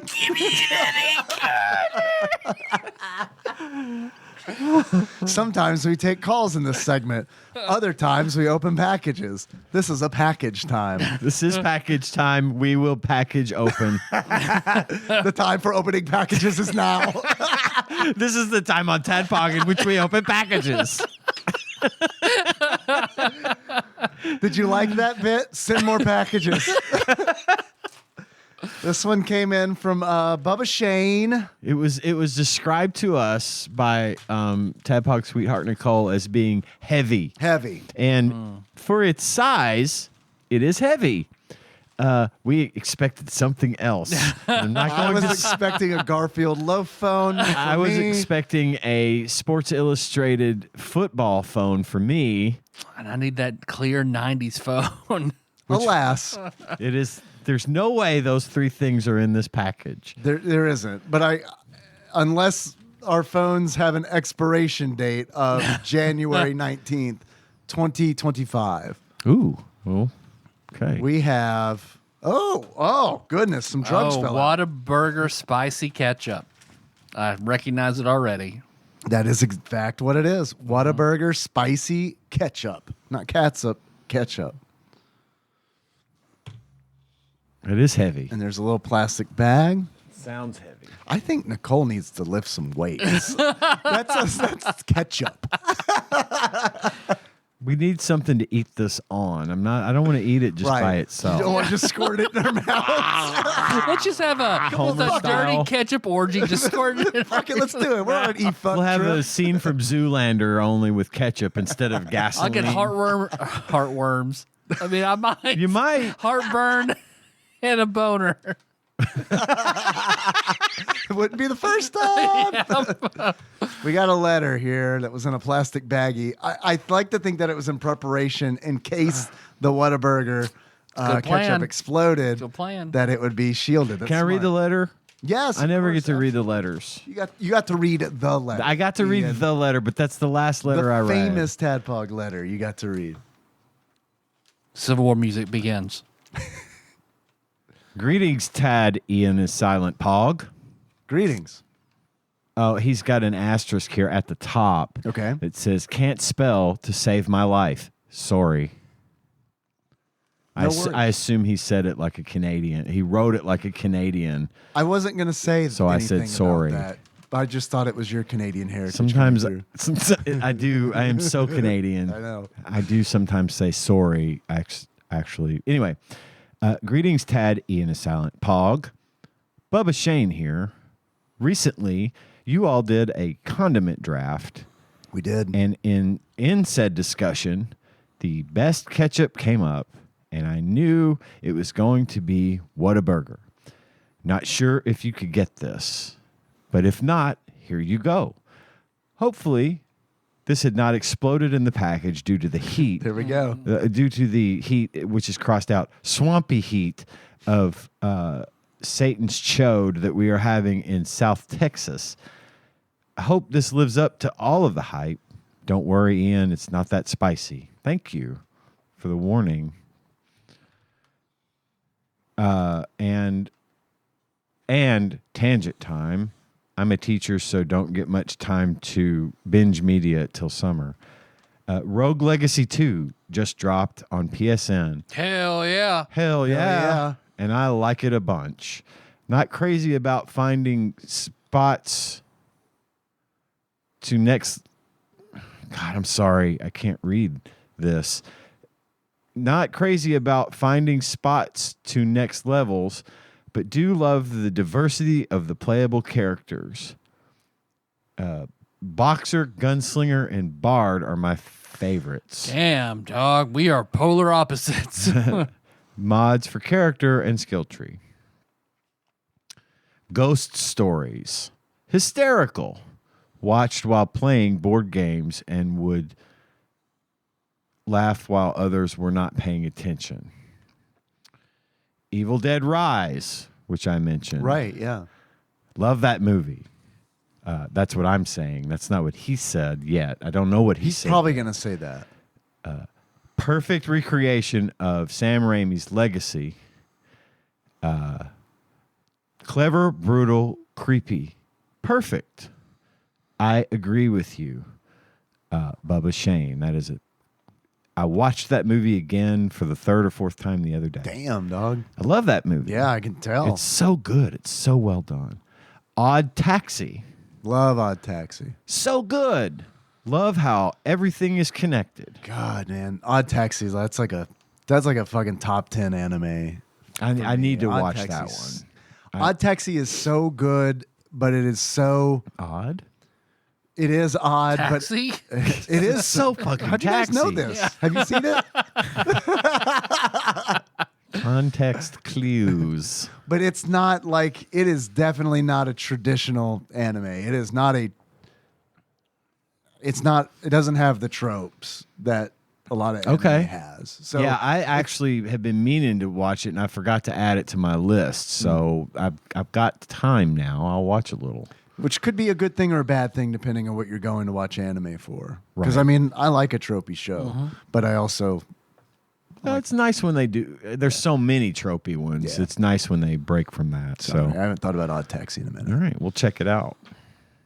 The D&D movie, fun, whole family watch. Solid A movie. I agree. Yeah, I liked it. Great movie. Yeah, Loved Honor it. Among Had a lot of Thieves. fun with that one. Yeah. Bodies, Bodies, Bodies. Who done it type? Kind of much till the end. I'm so sorry. I can't read that. Oh, to the reveal. Kind of. I think he says kind of much till the reveal. That one didn't impress me, but it's worth a watch. I mentioned it. He's talking about things we've already mentioned, right? Right. This is okay. Peanut Butter Falcon. Super cute. Heartwarming without cheese. I know Shia LaBeouf is in it, but have faith. You guys have got to write these letters slower. Ian can't read that fast. Plus Mick Foley. It's a dad joke.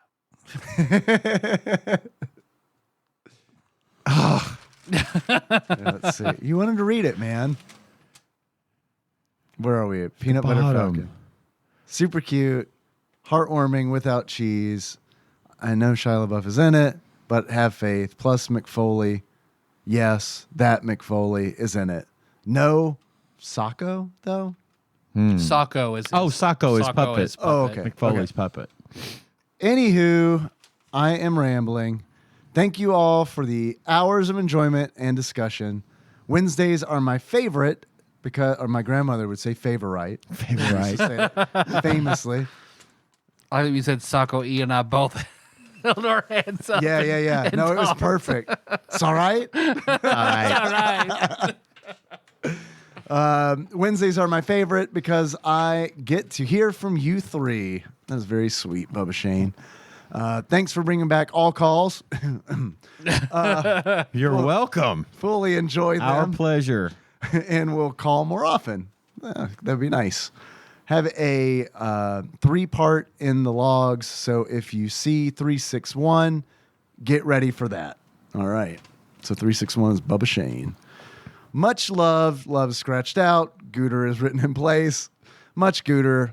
Bubba Shane. P.S. This is what the alphabet would look like if Q and R were eliminated. Real P.S. How are your cats doing? Oh my goodness. That's an old callback. Mm-hmm.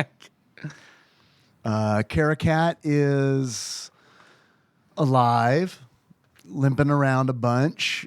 Not sure how much longer she's got. She seems... I say that just because it's like, we don't know what... She's always had this paw issue where we think it had been broken or something before she lived with us. And just over time, it's gotten worse and worse. And like, she can't walk on it really well. Other than that, she's good. Berlioz, great, super soft, always wants to cuddle in bed, fat as ever, love him.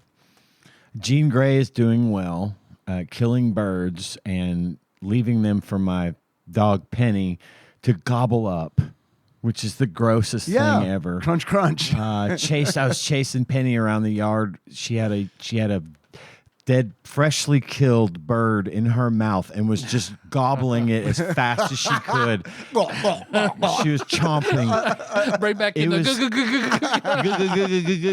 I had nightmares about that vision. It was awful. It was awful. But anyway, Jean Grey killed the bird, and she's doing fine in her old age. She's just a old gray cat. And then Rizzo is fat. That's a Phoenix Force that Jean Grey got. Yes. Yeah. Rizzo is fat and fluffy, and she has a great big mat of fur on her back that looks like another animal that I can't. We have to try to catch her to shave it off, which we have not been able to do yet. I thought you were going to say it was in the shape of Alfred Hitchcock's silhouette. These are it could be if you look hard enough. These are outdoor cats. Rizzo is very timid, and if you approach her or try to grab her in some way, when she is feeling affectionate enough to let you pet her, she will run. And for a fat cat, she's real fast. And she knows how to get under the house real quick so we can't catch her. So she has like this, she looks like a possum with another. She looks like she has a full-grown possum on her back from her dreads. That's a hell of a mat. It's a huge mat. We really, really need to cut it off, but we just can't catch her to do it. So, but she's doing all right otherwise. Good. Do you have any cats, Tyler? I have no cats. I have no cats. River and Sky are in that great cat In heaven. that great river in the Ridge. sky. Yep. They are in the summer blossom family heaven, far above. Rest in They're peace. immortalized in my shadow box that I make every year. Pictures of them in my shadow box the year they died. So I don't know if I can get other cats. So I have no cats. I have a Bella dog.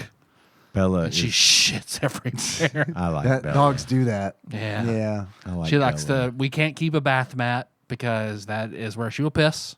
Hey, she's trying to help, right? She's like, I know I'm not supposed to be on the floor, man. But I'm gonna do it right here. You guys put water right here. I'll put water right here. That's the wet place. You guys shower and pee, right? That's how this works. Hey, you guys talk about golden showers all the time. That's Right. what I'm gonna do. I'm in there. We got the blue noise. I know what's up. And then if the laundry piles up too far in the laundry room, she'll shit on it. She's just trying to motivate you. The number of times I have gone to throw my work clothes in the dryer and stepped in dog shit right in front of the I thought washing you were going to say machine. the number of times you've washed a turd by accident. Oh, I'm sure. What's this weird smooth brown rock? Oh. Because the other day I had such a bad time because I was like, oh shit, I gotta wash my my chef jacket before tomorrow. So I go in there, go in the laundry room, boom, step in dog shit. It's like, fuck. And it's like the stickiest. Like I don't know what the fuck. She just ate glue and passed it through because it's like That's the what dead stickiest. birds turn into, I think, in dog guts. That's how they make glue. I Little hobble fact. into the bathroom, trying to, and it is not want to come off my foot. And I finally get it off, and I go and I grab Were you the towel. barefoot? Yeah, I was barefoot. So then I go and grab the towel to dry off my foot. Covered in dog piss. Got you again. It's the twofer. Man, you got wombo comboed. I was pretty pissed off. Yep. I like Bella because when I go in your house, she stands right next to me and barks at me a lot. And then I'll bend down and pet her. And she'll let me pet her. And it's like, oh, you're a good girl. You're the bestest, goodest. And then I'll stand up and she'll start barking at me again. Intruder, intruder. Oh, that feels good right there, rubber. Intruder, intruder. Ain't the brightest dog. I know I've told this on the show before, but I think it was a long time ago. And you, Ian, talking about your dog eating the bird reminded me of, I'll never forget this. I was in high school. We had a dog named Baja who was like a Beagle Springer Spaniel mix. Great dog. It's the beagle Yeah, that my Penny's half beagle. has to be. Yeah. So, and Baja was an outside dog. We lived in it wasn't really a neighborhood. We lived in on a street where like the houses were kind of like a half mile, quarter of a mile apart kind of deal. Lots of room for her to run, and she loved doing it. And I remember coming home from high school, my Mazda 626 pulling up in the driveway, and I saw Baja loved playing with tennis balls. Loved it. She would always have a tennis ball, could throw it up, and she'd catch it. She was like one of those dogs. And I'm pulling up in the driveway, and the driveway goes up a hill, and I'm driving up, and I was like, oh, there's Baja. And she loved playing with tennis balls so much that she would take a tennis ball in her mouth, throw it up, like she'd throw her head back and let the ball go, so the ball would go up in the air, and then she'd catch it on the way down. And she would do that for a while until somebody would actually throw it for her. So I'm pulling up the driveway. I see her doing that. And I remember thinking, we need to get her a new ball. That ball looks floppy and dirty. She has torn it up. It's tearing I apart. saw this coming. Guesses on what it was? Weasel. Rat. rabbit's head. Ah, yes. Not the whole rabbit, just the head. What I thought was the ball coat apart, floppy rabbit ears. This is nightmare fuel. Yep. Look, the dog. She's oh my God. Yeah. So, yep. You telling that reminded me of that. Okay. Fucking dogs. Penny Dogs are acts gonna like dog. she doesn't. Unruly. Penny acts like she doesn't get fed. She acts like we don't feed her. She's a glutton. She wants to eat everything. dude. I And know, it's man. like, what the fuck is your problem? And then she was gobbling that bird down like she hadn't eaten in a month. And because she knew I was gonna Oh, yeah. You were about be to get it. You were going to pissed. compensate I was gonna that. try to Yep. get it. What am I gonna do? She would have bitten me Yeah. if I'd have tried to take it away from her. Yeah. And then all day, all I could think of is there's a rotting dead bird in your gullet, and you're gross. I mean, she looks at that when we eat chicken, so. That I rotting know, dead but I bird don't in eat your chicken that gets hit in the road. You know what I mean? Like, What? I don't know. I don't. You seen your chicken sourced? Fair enough. But yeah, it just bugged the shit out of me. And I think about she ate all the feathers Yep. and all the shit in its gullet or whatever, and Dude. just I can't help it. Anytime Clementine eats anything that is not her food, I immediately think about, what's this going to do to her shit? Me too. Like, what precautions do we need to take? What do I need to be prepared for? Because when Miss Moneypenny farts, everybody smells it. The whole house stinks. And when she eats stuff like that, her farts get even more disgusting. More birdie. Oh, it's so bad. And of course, Pixel, the little one, is just like, I'm screaming at Penny, like, drop it. Oh, She's yeah. running away and trying to just chop it down. And meanwhile, Pixel is literally cowering by the back door, trying to like melt through it because she's terrified because I'm going off on Penny. And oh God, it was awful. Have you ever had that experience Fucking of dogs. trying to get something like that away from a cat?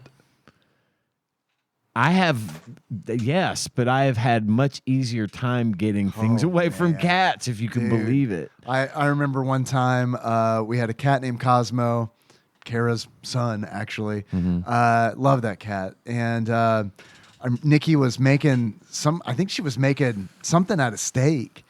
And out of the blue, like he just hatched a plan to jump up on the counter, grab a piece of steak, and take off. And this piece of steak that he got was probably like the size of like my open palm. So like it's flapping, and like we're like, and he's like, I mean, take it off. I mean, he is like, no, and like he runs. My steak. Yep, he runs up the stairs, and I run after him. I don't know what like. What are you gonna do now? Right. At this point, it's like, yeah. I want that steak. Like, are we gonna eat it? I mean, like, why am I doing this? I don't know. How are we gonna rinse this off? Yeah, I'm not thinking. It's just instinct, you know. It's just like, yeah. So I chase him up the stairs, and like he runs into the bathroom, hops in the bathtub. I run in after him, and then he just goes, poof, full puff, and starts going. I will kill you. It's like, holy shit! All right, Right, take the fucking steak. You win this round. It's yours. See, Bella's the opposite. Bella, if she would fucking eat anything, like steak, chicken, like she won't eat anything. I feel like that's It's out of very, character. That is it's really very weird because like the only thing she will want, boiled chicken. Not fried chicken, not roasted grilled chicken, boiled chicken exclusively. She will go fucking nuts for boiled chicken, coconut oil, and one kind of treat. Otherwise, she won't eat a fucking thing unless there's another dog in the house. Then she'll eat whatever we feed her before the other dog can get it. she's like a 17th century English noble. yeah, exactly. It really is. Because it's. I mean, we can't drop. How was Nothing. this Nothing. chicken She won't do it. prepared? Grilled, you say? No. Poppycock. Poppycock. I think not. Boil it, Do peasant. you have any boiled chicken? as I I have need to- repeatedly requested. My shit has to be a certain sticky consistency. Ah, that's what it's about. It's warfare. Bubba Shane says, after the real PS, also, my fiance is also a nurse who is going to school, so I want to wish Melissa the best of luck in her endeavors. Very nice. Very nice. I'll pass it along. Thank you for the nice letter. Yes, thank you. I'm sorry I had so much trouble reading it, but my eyesight's not what it used to be. Yeah, we're in a low light situation here too. What do your elf eyes see, Dave? The map says we're fucked.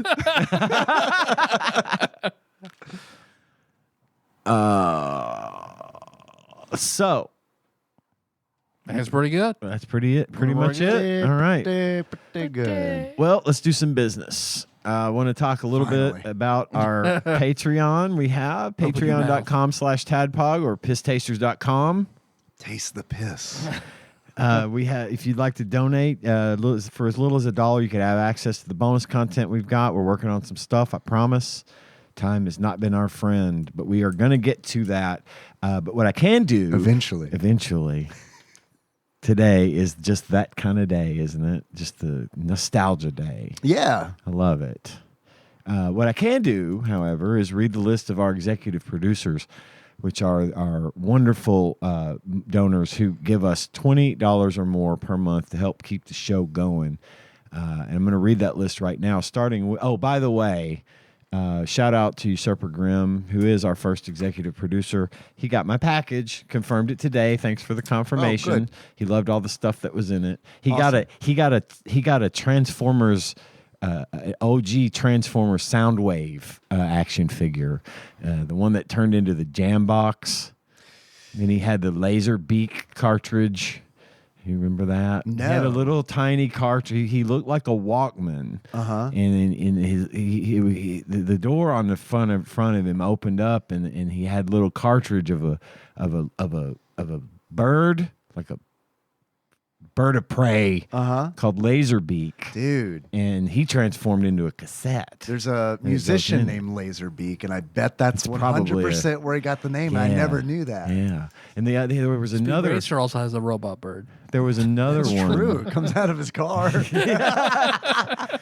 There was another one that transformed into like a cat, like a panther. But I can't remember the name of that one. I didn't have those cassettes, so I apologize for not having those. I think probably my kids lost those. My actual kids that are now adults lost those years ago.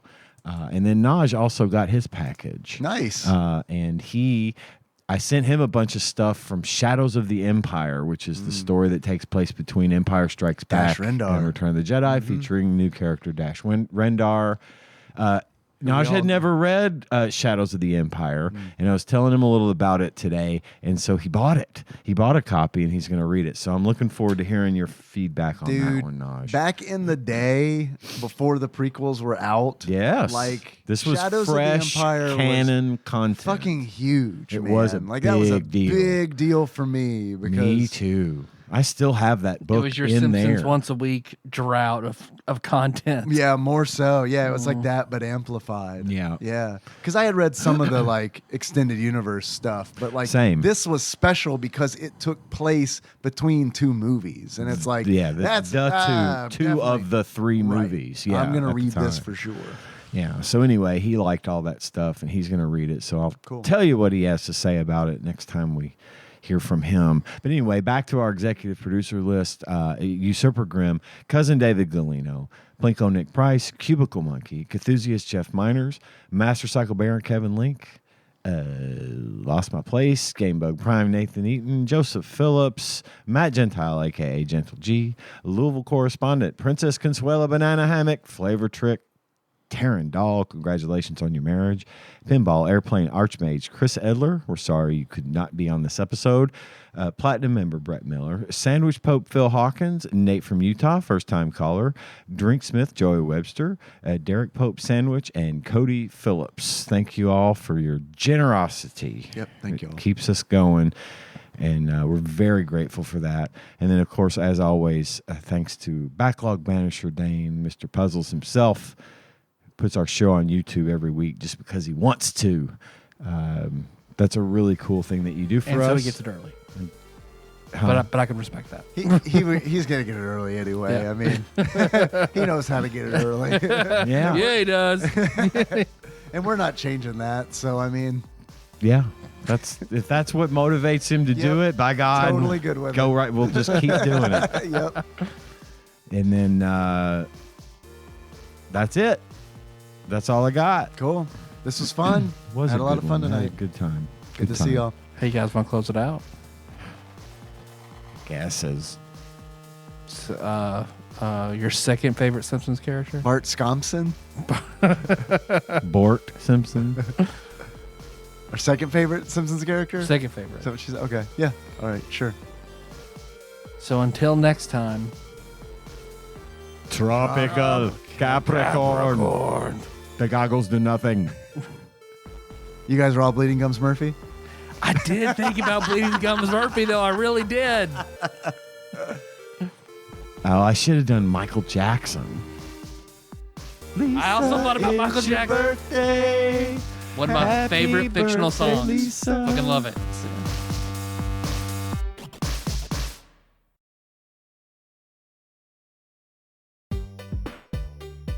TADPOG is hosted and produced by Tyler Holland, Dave Moore, and Ian Chandler, and is available wherever fine podcasts are hosted. Have a question or comment for the hosts? Call us at 270-883-2555 and leave us a voicemail. We'll even play it on the show and respond eventually. Want to send us something? You can do that at Tadpog Studios, care of Nicole Nance, P.O. Box 3785, Paducah, Kentucky 42002. Sick of us doing all the talking? You can join in on the conversation by visiting our Discord at bit.ly/tadpogdiscord or tastethepiss.com. Not many things are truly free these days, but our Discord is, and we'd love to see you there. Our theme song is Moves by Sycamore Drive, and a link to that track can be found at the show notes at tadpog.com. Thanks for listening, and if you haven't already, don't forget to subscribe to our show on your favorite podcasting platform. We'd really appreciate it.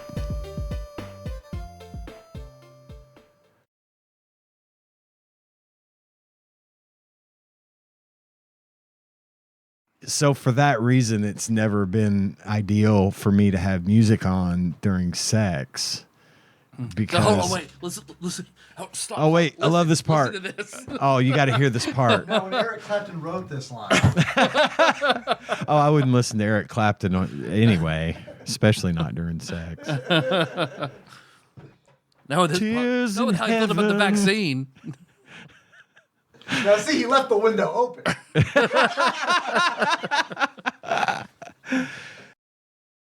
Believe it!